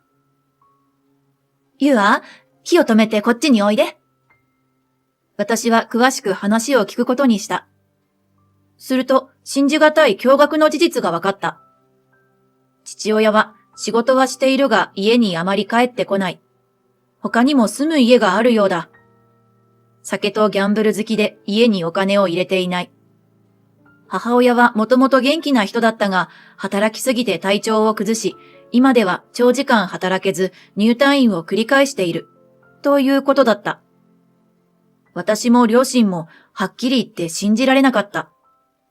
お金がなくてお菓子も買ってもらえず雑草を食べるしかなかったのだ。そりゃ痩せているはずだ。しかし小さな子供の言うことだ。作り話かもしれない。いや、そうであってほしい。両親も同じ気持ちだったようだ。すぐにこの子の父親、はとこのケンちゃんに連絡をして呼び出した。真相を明らかにしなければ、本当なら早急に何とかしなければ。パパが来てくれるの？はーい。素直に喜ぶ姿を見て胸が痛む。子供はどんな親だろうと大好きなのだ。けれど、妻子が雑草を食べなければいけない状況なんて、一体どうして起こるのか。本当に経済的に苦しめているのか。話が事実なら到底許されるはずがない。ぽつりと父が言った。かわいそうに。そうね、あなた。久しぶりにやるか。ほどほどにね。なんだか寒気がする。静かに激怒する両親。普段温厚な人間が怒ると恐ろしい。しばらくして、はとこのケンちゃんが車で到着した。久しぶりに会ったが、小さい頃の面影があるような気がする。ただ、外車の鍵をチャラチャラ鳴らし、金髪で、口と鼻にピアスを開け、やんちゃどころの風貌ではない。できれば関わりたくない人種だ。パパー！嬉しそうに抱きつく娘を無視して、男は父に向かって言った。どうしてもって言うから来てやりましたけど、ガソリン代くらい出るんすよね。言葉が出ない。なんだこいつ。こんな奴と親戚なんて信じられない。なのに父はいつもの穏やかな笑顔で笑いながら、まずはお茶でもどうぞ。と、男を座らせた。しかし私は気づいている。目の奥が笑っていない。父は礼儀のない人間が嫌いなのだ。確認したいことがある。なんやすか？君は妻子がまともな食事ができないほどお金を渡してないのか？は？男はふんぞり返って言った。やだな、やめてくださいよ。余計な金なんかないっすよ。そもそも俺の稼いだ金。必要なら自分で働けって感じでしょ？保険に入っていればそんなに負担はないだろう。いやいや、超マイナスっすよ。何にお金がかかるんだ？俺はこだわりのある男なんで、金がかかるのはしょうがないんすよ。わかってはいたが、頭の悪そうな男だ。頼れる身内もいないくせに離婚したいとか言うから教えてやったんすよ。別にいいけど、ユアの親権は俺のもんだって。ニタニタと汚い顔で言う男に嫌悪感を覚える。わがままっすよね。それは嫌なんだって。金よこせ、子供よこせ、体は壊して働かない。ほんと役立たずで困るわ。顔が引きつってしまう。我慢の限界だ。一言ガツンと言ってやろうと思ったその時、父が言った。おっしゃる通りですね。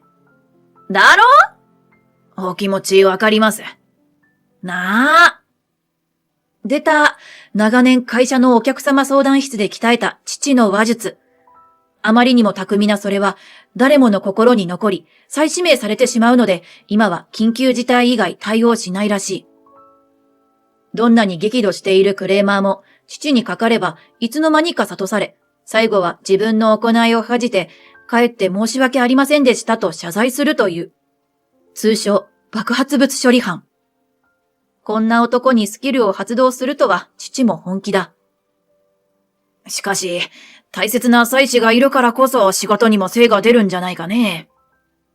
そりゃあそうだけど、俺だけ損してるっすよ。確かにその可能性はある。だろ？もっと見返りが欲しいと。そうっすね。きっとお互いそう思っているからこそ、まずは感謝に感謝で返すことから始めるのはどうだい？は？与えれば帰ってくる。夫婦だろうと友人だろうと、世の中そういう風にできてるよ。はあ。君は他にも深い関係の女性がいるらしいね。まあ、同じ男として理解できなくもない。けれど、本当に君を思ってくれているのは誰なのか。最後に君が帰る場所はどこなのか考えるといい。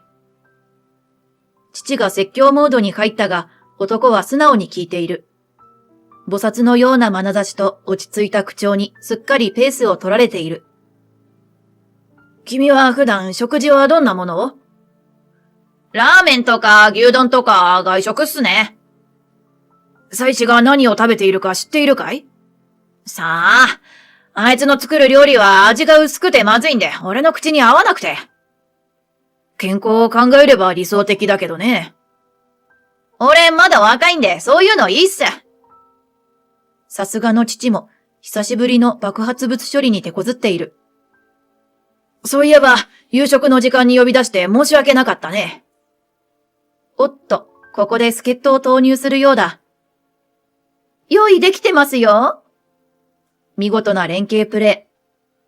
母が台所から湯気の立つお皿を持ってきて男の前に置いた。はい、どうぞ、出来たてよ。なんすかこれ。あら、知らない？ガーデン風雑草スープ。へえ、超洒落てるじゃん。一口食べて、ぐっとアヒルのような声を出し、口元を押さえ。ぐい！なんだよこれ！そこで、娘の登場だ。一番の説得材料だろう。パパ、それ私が作ったの。お料理上手になったでしょ？ユアがこれを？いつもママと食べてるんだよ。いつも？パパ、お外でばっかりご飯食べないで。ちゃんとお家に帰ってきて3人で食べよう。涙ながらの訴え。しかし、男には全く届かなかった。こんなの食えるわけないだろ？パパ。ダメだ。飲み物よこせ。そう言って、私がコンビニで買ってきたビールを分け、飲み干してしまった。はぁ？楽しみにしていた私のビール。なんてことをしてくれる。ちょっとあんたね。私を制止し、父が言った。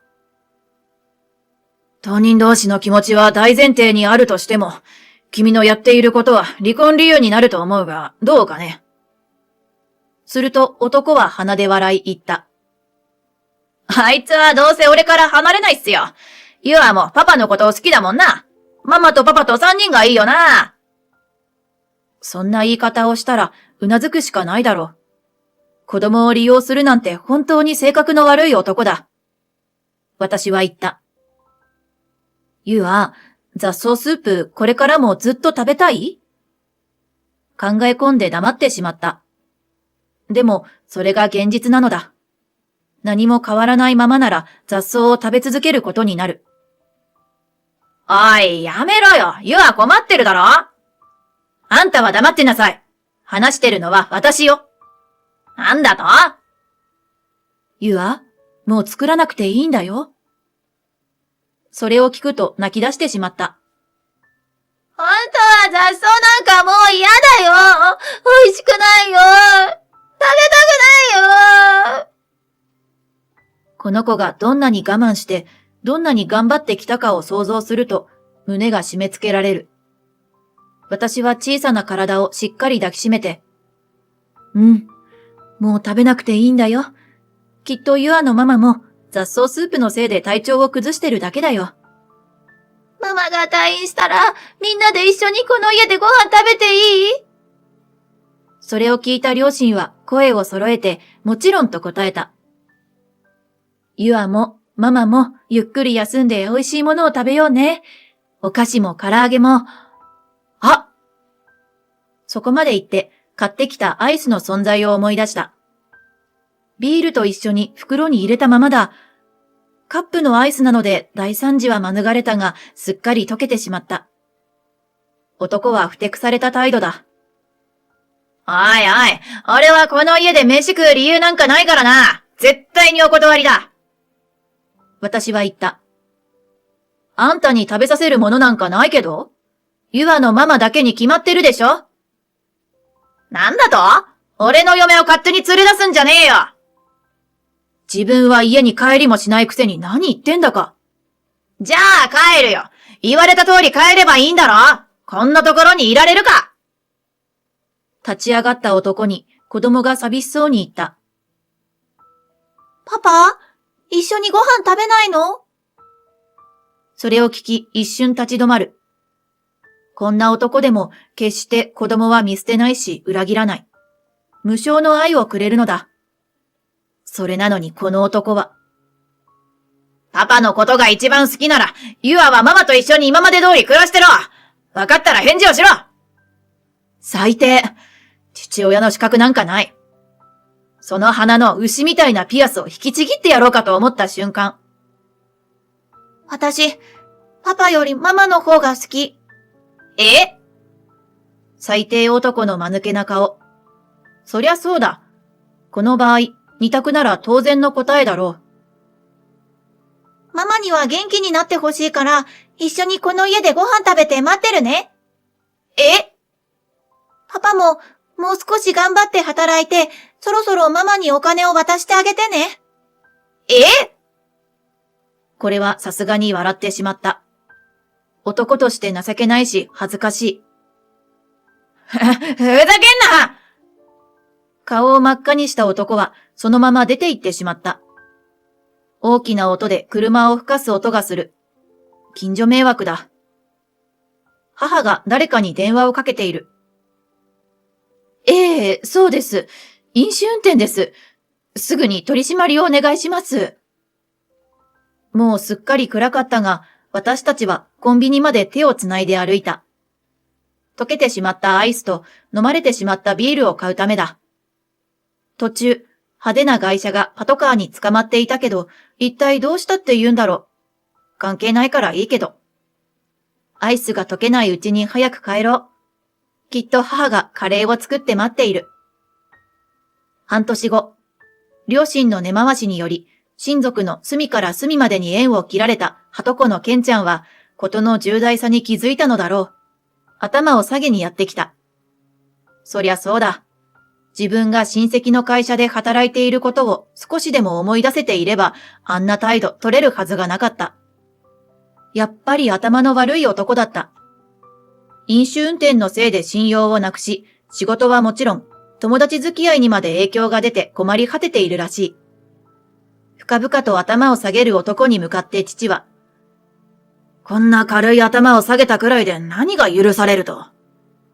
冷たく言って追い払った。爆発物処理班はこの男をどこかで勝手に自爆すればいいと判断したようだ。すっかり元気になり、働ける体力を取り戻したユアのママ。あんな男の言いなりになっていたことを悔やんでいるが、心も体も弱っていたんだから仕方ないと思う。もちろん離婚は成立しているが、今も向こうから定期的に連絡が来るそうだ。俺が間抜けだったとか、本当に大切なことが分かったとか、娘はまだ俺を待っているだろうとか、くよくよと復縁を願うものばかり。寝言は寝て言え、と返事しているそうだ。ざまみろ。今後は父の紹介した住み込み旅館で仕事をするとのこと。親子二人での生活が始まる。世話になった分のお金を少しずつ返したいとのことだが、母は、そんなのいいから、毎週遊びに来てくれ、と言っている。小さかったあの子ももうすぐ小学生だ。あの後すぐに入り直した幼稚園は何の問題もなく卒園した。急に背も伸びて元気いっぱいだ。しっかり食べて運動して、たっぷり寝て元気に過ごす。それが子供の仕事。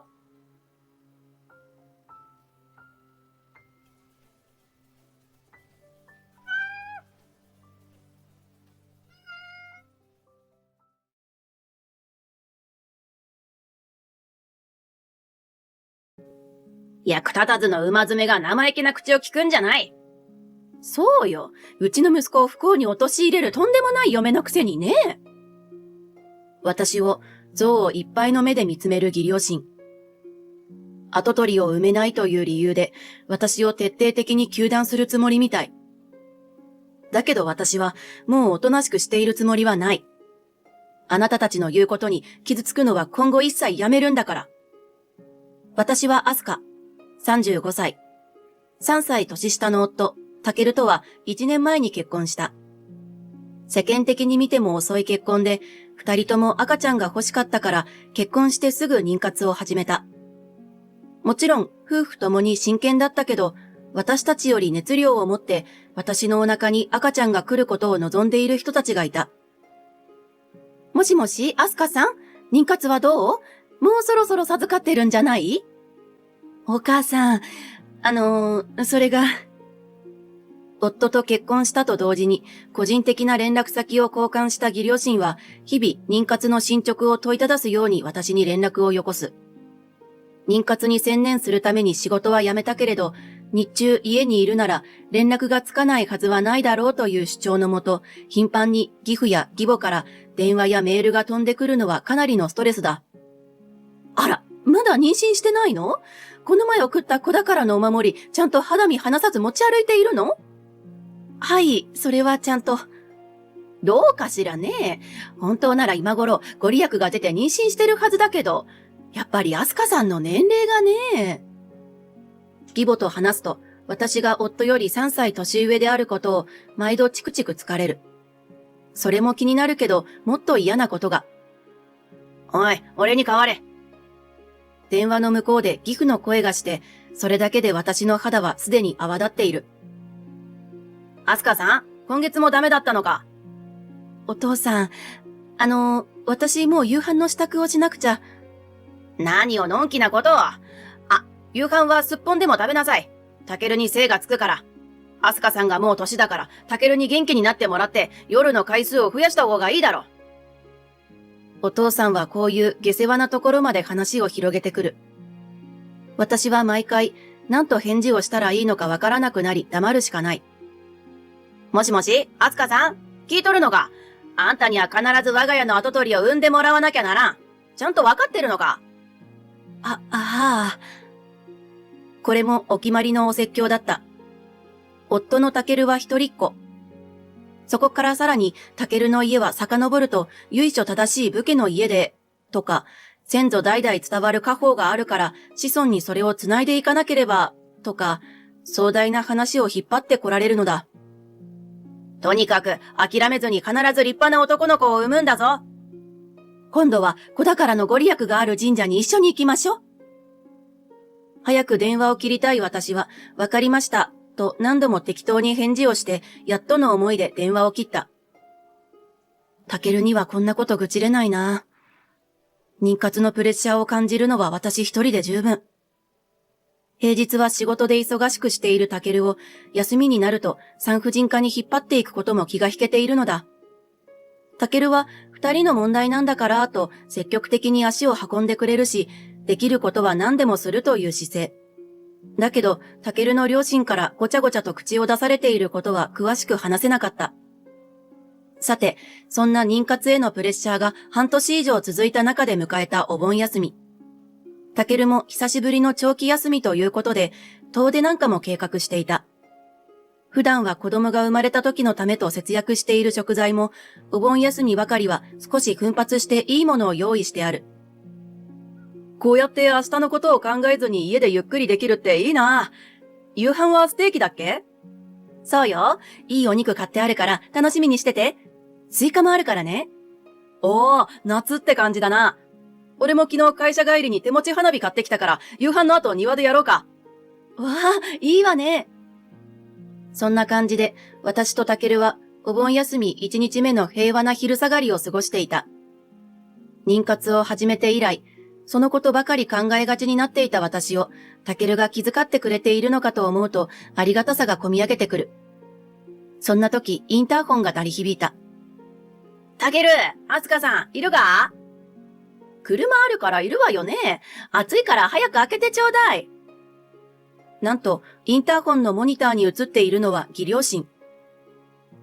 父さんと母さん？急にどうしたのかしら？慌てて玄関を開けると、義父母は当たり前のようにずかずかと我が家へ入ってきた。二人とも何か急用があった？急用なんてないわよ。元気にやってるか顔を見に来ただけ。え？でも、お盆の後半に僕たちが一日そっちに遊びに行く予定だったじゃないか。細かいこと言うな。家族なんだから、顔を見たいと思った時に見に来て何が悪いって言うんだ？戸惑う夫に構わずリビングのソファーでくつろぎ出した義両親。私もびっくりしたけど、とりあえず暑い中来たのだからと飲み物を出した。アイスコーヒーでよかったですか？いや、俺はアルコールが入ってる飲み物の方がいいな。昼間っから一杯やるっていうのは最高だから。お父さんが飲むなら私も飲みたいわね。アスカさん、冷たいビール持ってきて。ちゃんとグラスに注いでよ。私もタケルさんも禁酒してて。私とタケルの禁酒の理由は、もちろん妊活のためだ。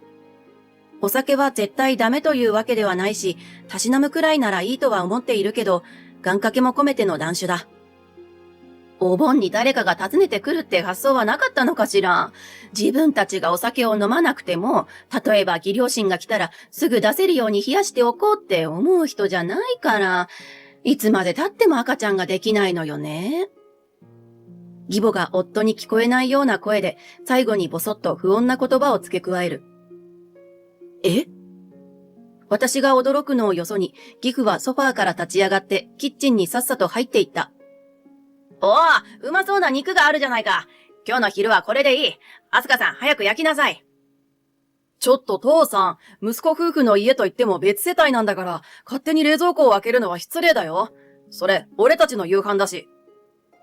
夫が驚いて止めると、義父は思い切り眉をしかめた。なんだ、タケルは結婚してから急によそよそしくなったな。肉くらいいいじゃないか。自分たちの夕飯を質素なものにして、親に美味しい昼食を振る舞う。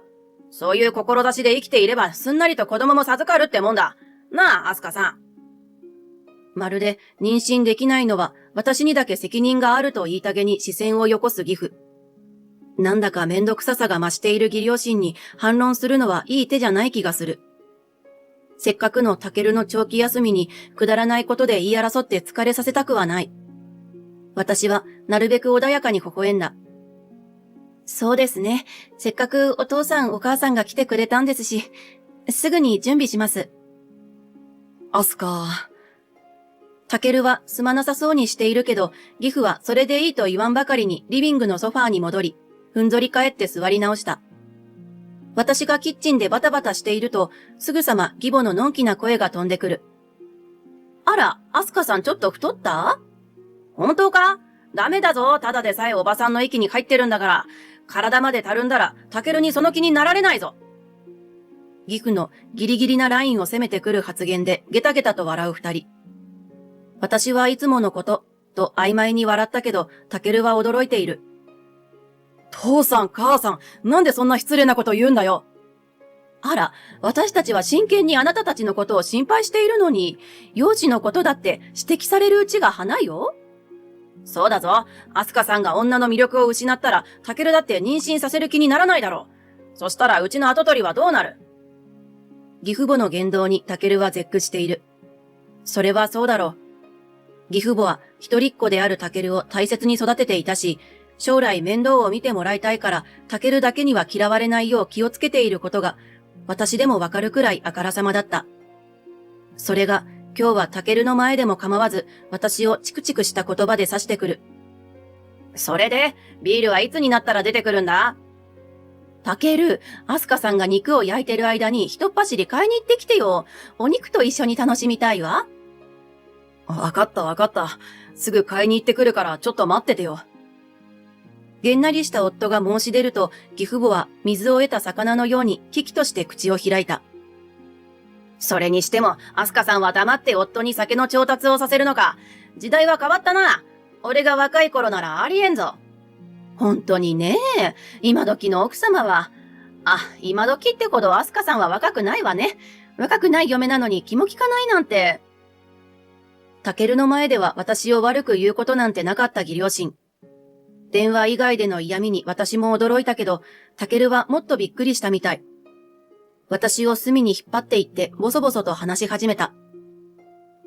なんかあの二人変じゃない？いつにも増してずうずうしいというか、アスカに当たってるように見えるけど、三人だけにして大丈夫？義両親は今までタケルに見せないようにしてきた部分をここぞとばかりに明けすけにさらしている。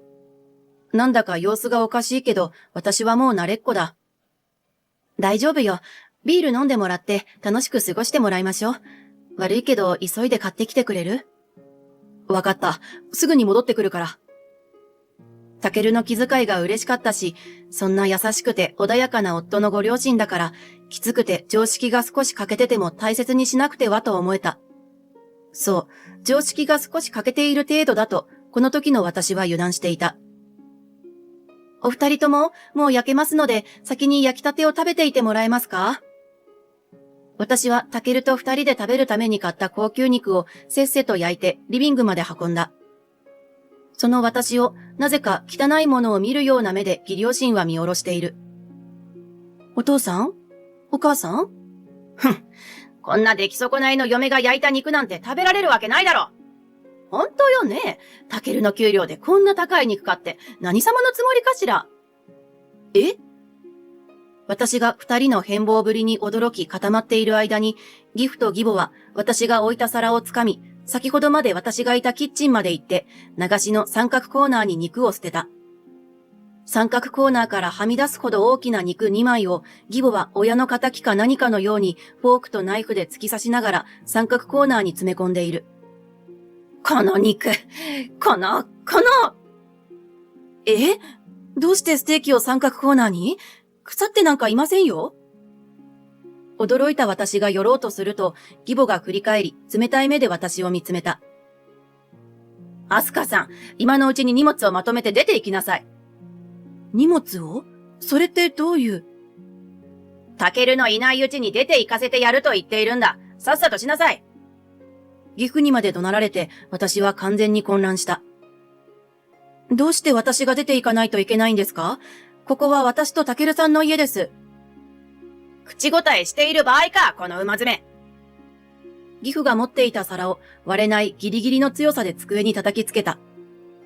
大きい音と暴言にびっくりして身を縮こませると、義母はそんな私を嫌悪感いっぱいで見つめる。アスカさんって本当に外れ嫁よね。騙されたわ。おかしいと思ってよく当たる占い師に見てもらったら、あなたが妻である以上、タケルは一生子供も持てないし、若くして髪の毛がなくなるし、メタボにもなって、さらには天寿も全うできないと言われたの。馬詰めどころか、うちの大切な跡取りであるタケルを不幸に陥れる悪女だったわけだ。よくも息子を垂らし込んでくれたな。難癖も難癖。もしかしたら義両親は本気で信じているのかもしれないけど、年を取った体じゃ、タケルのこともろくに満足させられてないんだろ？だから妊娠もできないんだ。俺たちはお見通しだよ。そもそも、私は最初からタケルより年上の嫁なんて嫌だったの。今回占いしてもらってよかったわ。やっぱり、アスカさんじゃダメなの。さっさと出て行って。そうだ、タケルも情があるから、馬詰めの不幸をもたらす女でも引き止めるかもしれん。息子がいないうちに荷物をまとめなさい。赤ちゃんがなかなかできなかったことや、たかだか占いの結果一つでここまで私を罵倒する義両親。大切な夫の親だからと、今まで散々失礼な連絡にも耐えてきたけど、もう我慢できない。こうなったら、はっきり拒否して、もう二度と私たちの生活に口出しできないようにしなくっちゃ。目をつぶって、大きく深呼吸を一つ。そして私は口を開いた。帰ってください。私が震える声で告げると、義両親は白々しく驚いた顔をする。は？今なんて言ったんだ？帰ってくださいと言ったんです。もうお二人の言動にはうんざりしているんです。ちょっと、嫁の分際で、しかも9人の女が義理の両親に口答えするっていうの？やっぱりアスカさんはタケルに不幸を呼んでくる女なんだわ。ギャンギャンうるさい声に負けないように、私は震える体に力を入れた。ここは、私とタケルの家です。押しかけてきて、わけのわからない暴論を押し付けているのはお二人でしょ？私は出て行きません。逆にお二人が帰ってください。口答えばかりして、荷物をまとめる気がないならないでいい。自業自得だ。身一つで出て行ってもらう。実力行使で私を叩き出す気のようだ。義父が私の腕を掴もうと伸びてきたその時、アスカに何するんだ？タケル？リビングの扉を勢いよく開いて私をかばったのは出かけたはずのタケルだった。どうしているの？ここから一番近いコンビニに行ってたとしても、帰ってくるのはまだまだかかるはず。義父母は最初からタケルを買い物に行かせて時間を稼ぐ魂胆だったらしく、近場のお酒が買える施設をリサーチしてたみたいだ。財布を忘れたから家から出てすぐ取りに戻ってきてたんだよ。タケルが戻ってきた音は肉を焼くときに回した換気扇や義父母の大きな話し声でちょうどかき消されたのだろう。予想もしていなかった自分たちの息子の登場に義父母は大慌て。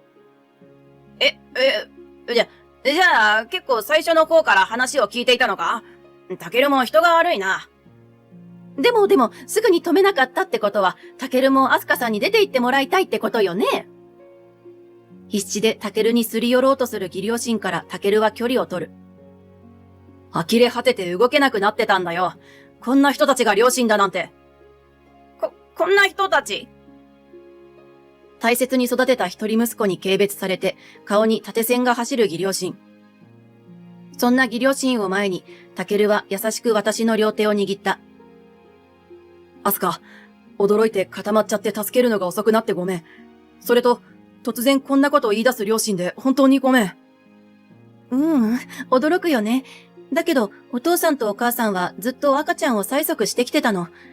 占い言い出したのは今日が初めてだけど、ずっと監視してるような電話をされ続けてすごく辛かった。そうだったのか。全然知らなかった。本当に申し訳ない。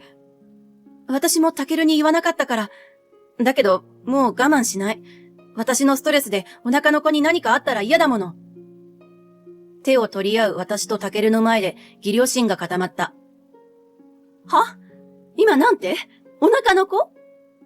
タケル、聞いたか？やっぱりアスカさんはおかしくなってるぞ。義両親は私が漏らした言葉の端を敏感にキャッチしてあざけり始める。想像妊娠ってやつかしら？初めて見たわ。妄想でタケルをつなぎ止めておく作戦か。怖いなぁ。さっさとタケルを避難させよう。自分の両親こそ恐ろしい発言を連発しているという事実にうんざりしたのか、タケルは、本当にこの人たちは、とつぶやくと、リビングにある棚の引き出しからあるものを出して義両親の前に差し出した。これを見て、アスカの妊娠は本当だよ。アスカがしばらく妊娠したことを伏せておきたいと言った時は不思議だったけど、その理由が今ならはっきりわかる。タケルが義両親に見せたのは母子手帳だった。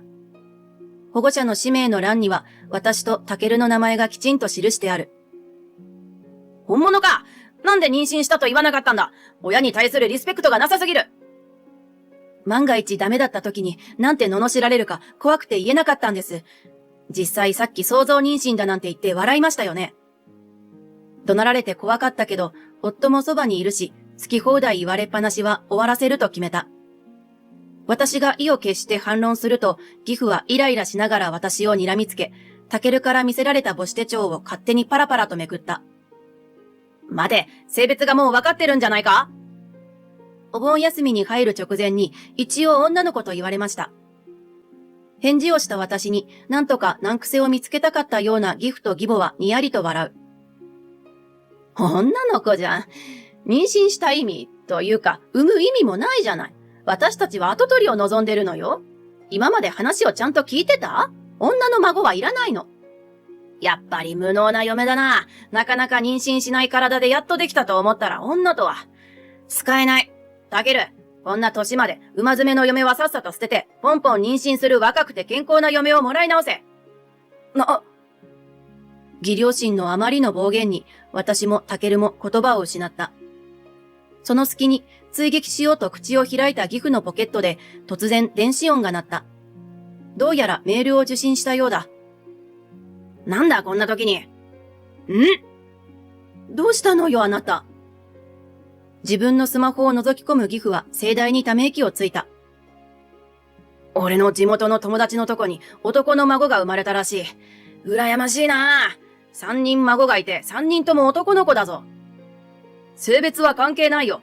男でも女でも僕たちにとっては大切な我が子だから。やっと口が聞けるようになった夫の抗議の声は、義父には届いていないようだった。待てよ。女の孫でも使えるかもしれんな。義父は何かブツブツ言うと義母にそっと耳打ちする。その瞬間、義母の表情も不思議なほど一気に明るくなった。アスカさん、無理やりにでも妊娠したあなたに免じて、女の子の孫でも私たちの親族として迎えてあげることにするわ。急にねっとりした笑顔で迫る義母に言い知れない危機感が湧いてくる。それはタケルも同じだったみたい。じりじり迫る義父母に目を白黒させながら焦っている。なんなんだよ急に。さっきまであれほどきつく否定してたくせに。それはタケルを思ってのことだってわかってるわよね。お父さんとお母さんは役に立たない女の孫でも役に立つ方法を思いついたの。はいいか、よく聞けタケル。今ちょうど連絡をよこした友人は地元の議員でな。金とコネはたんまり持っているんだ。そこに3人目の男の孫が生まれた。このチャンスがわかるか？わかるわけないだろ。うんざりしたタケルと同様、私はもう話を聞くのも嫌だった。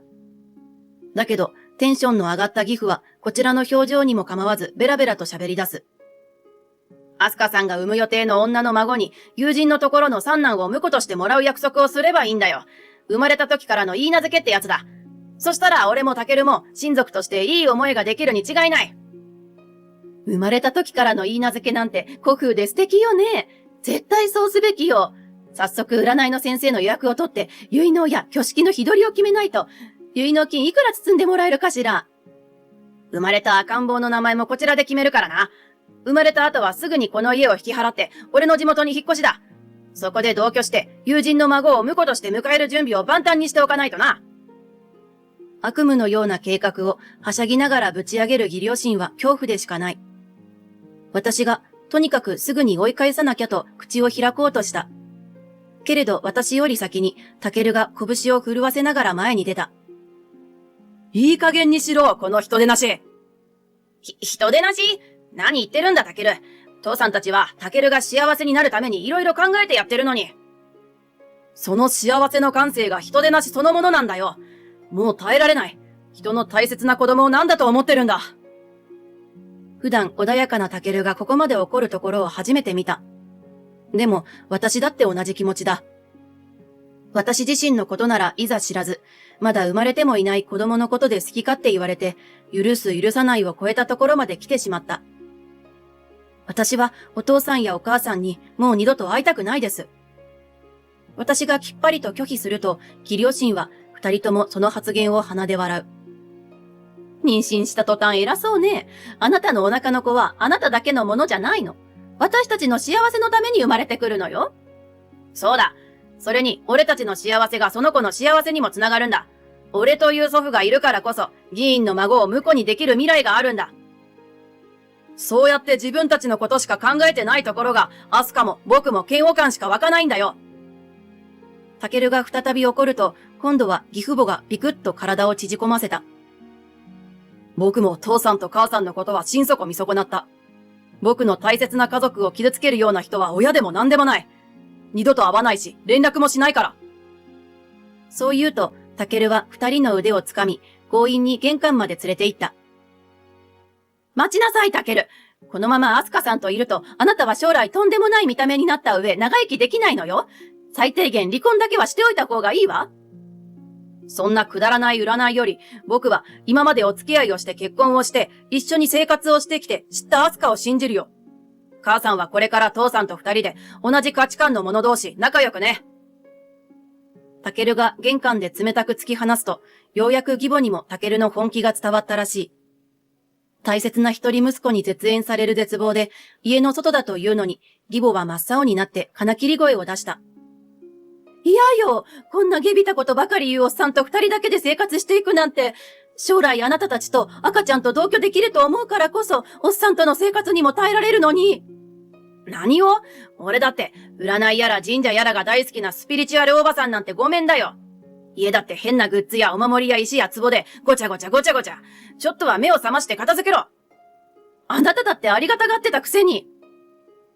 玄関前でも構わず言い合いを始める二人は、もはや孫を待ち望む祖父母の顔というには醜悪すぎる顔をしている。アスカさんからもタケルに言ってやって。自分たちは義両親の助けとコネが必要だって。そうだ、俺は孫に素晴らしい未来を与えてやれる。だからタケルに俺を見捨てるなと言ってくれ。タケルがいなくなったら、うちの代々続いてきた墓はどうすれば。散々私のことを罵ったのにこんなことを言う始末。もう見ていられなくなった私は、我が家の玄関に仁王立ちして言いたいことを簡潔にきっぱりと述べた。私が言いたいことは一つです。二度と私たちの前に現れないでください。それから、ご近所の皆さんがお二人の声で不安になっているみたいです。さっさといなくなるか静かにしてください。そこで我に返った義両親が周りを見回すと、心配して家から出てきてくれたご近所さんに遠巻きに見守られていた。窓からも覗いている顔がちらほら見える。お盆休みの静かな住宅街で急に大人の騒ぎ声が聞こえたら誰だって心配になるだろう。義両親は顔を真っ赤にして慌てて笑顔を取り繕った。タケル、また来るからな。今日は早めに帰る。母さんが大きな声出して悪かった。やだわあなた。あなたが酔っ払って騒ぎ始めたくせに。じゃあね、タケル、またね。こそこそと早足で立ち去る二人の背中に、タケルは大きく息を吸って声をかけた。実の両親とはいえ、特上サーロインステーキを流しの三角コーナーに捨てて笑ってる人たちとは絶対に縁を切るから、孫の顔を見れると思わないで。タケルの放った言葉で周囲の空気がざわつくのがわかる。義両親はヒーッと言ってうつむき、恥ずかしそうに立ち去っていった。義両親はその後、懲りずに私たちとコンタクトを取ろうと必死だった。だけど、タケルと私は頑として取り合わない。電話番号は変えたし、法的な効力はないものの、正式な絶縁状を送った。義両親はきちんとした書式に弱かったのか、それまで家に突撃してきたり、ポストに手紙を入れてきたりとしつこかったアプローチがピタリと止んだ。さらにタケルは、義父と義母、両方の親戚に今回のことを伝え、二人とは絶縁したと宣言し、根回ししてくれた。結果、義両親は双方の親戚からも絶縁されることに。このことは二人にはかなり応えたみたいだ。私やタケルに関わるともっと大変なことになるんじゃないかと怯えるほどになってくれたとか。義両親の親戚一同が常識のある人ばかりで本当に良かった。だけど、義両親を待ち受けていたのは親戚からの絶縁だけではなかった。私たちの拒否が理解できなかった義父は、なんと地元の議員をやっているという友人に、お前の孫を婿にもらってやるという申し出を断られた。愚かな息子夫婦だと愚痴ったらしい。今時まだ生まれてもいない赤ちゃんの結婚に口を挟むような祖父母がいるのかと義父の友人はドン引き。さらに自分の生まれたばかりの孫を婿にするという計画を勝手に立てていたことに腹を立て、もううちに近づかないでくれと言われたそう。さらに、あいつはとんでもない奴だと友人全員に警告が回ったらしく、義父は古くからの友人を全員失った。義母はというと、絶縁にショックを受けて寝込んだのもつかの間、親戚や息子夫婦と復縁するため、ますます占いや神社通いにのめり込んでいるらしい。義父母の老後の生活資金は、水晶や壺、お札、お守りなどといったものに次々姿を変え、食卓が一気に質素になったとか。もっといいものが食べたいという義父と、身の回りのものを売ってまで占い費用を捻出するんだと主張する義母は、毎日言い争って無駄に体力を消耗し、お腹を空かせている。まあ、人の家の高級肉を三角コーナーに捨てるような人たちに当たる罰としては、まだ軽いのかもしれないと私は思っている。私は夫のサポートもあり、無事に可愛い女の子を出産した。もともと赤ちゃんを授かりにくい私たち。一人っ子になるだろう娘を大切に育てていた。それが、なんと娘を産んだ2年後、あっさりと今度は男の赤ちゃんを授かったのだ。夫婦ともども喜んだのはもちろん、長女は大きくなっていく私のお腹を撫でながら、お姉ちゃんになることを楽しみにしてくれている。名前は何にしよう、どんな子だろう、と家族3人で話す時間は夢のように幸せだ。もしかしたら長女を授かるまでに時間がかかってしまったのは、結婚以来、プレッシャーをかけまくってくれた義両親に対するストレスが原因かもと、私はこっそりと振り返っている。それにしても、今の穏やかな生活がありがたいものだと実感できるのは、義両親の孫はまだかコールに耐えた日々を過ごしたからこそ。あの二人に感謝することがあるとすれば、普通の生活がいかにありがたいものであるか、身をもって体験させてくれたことくらいだ。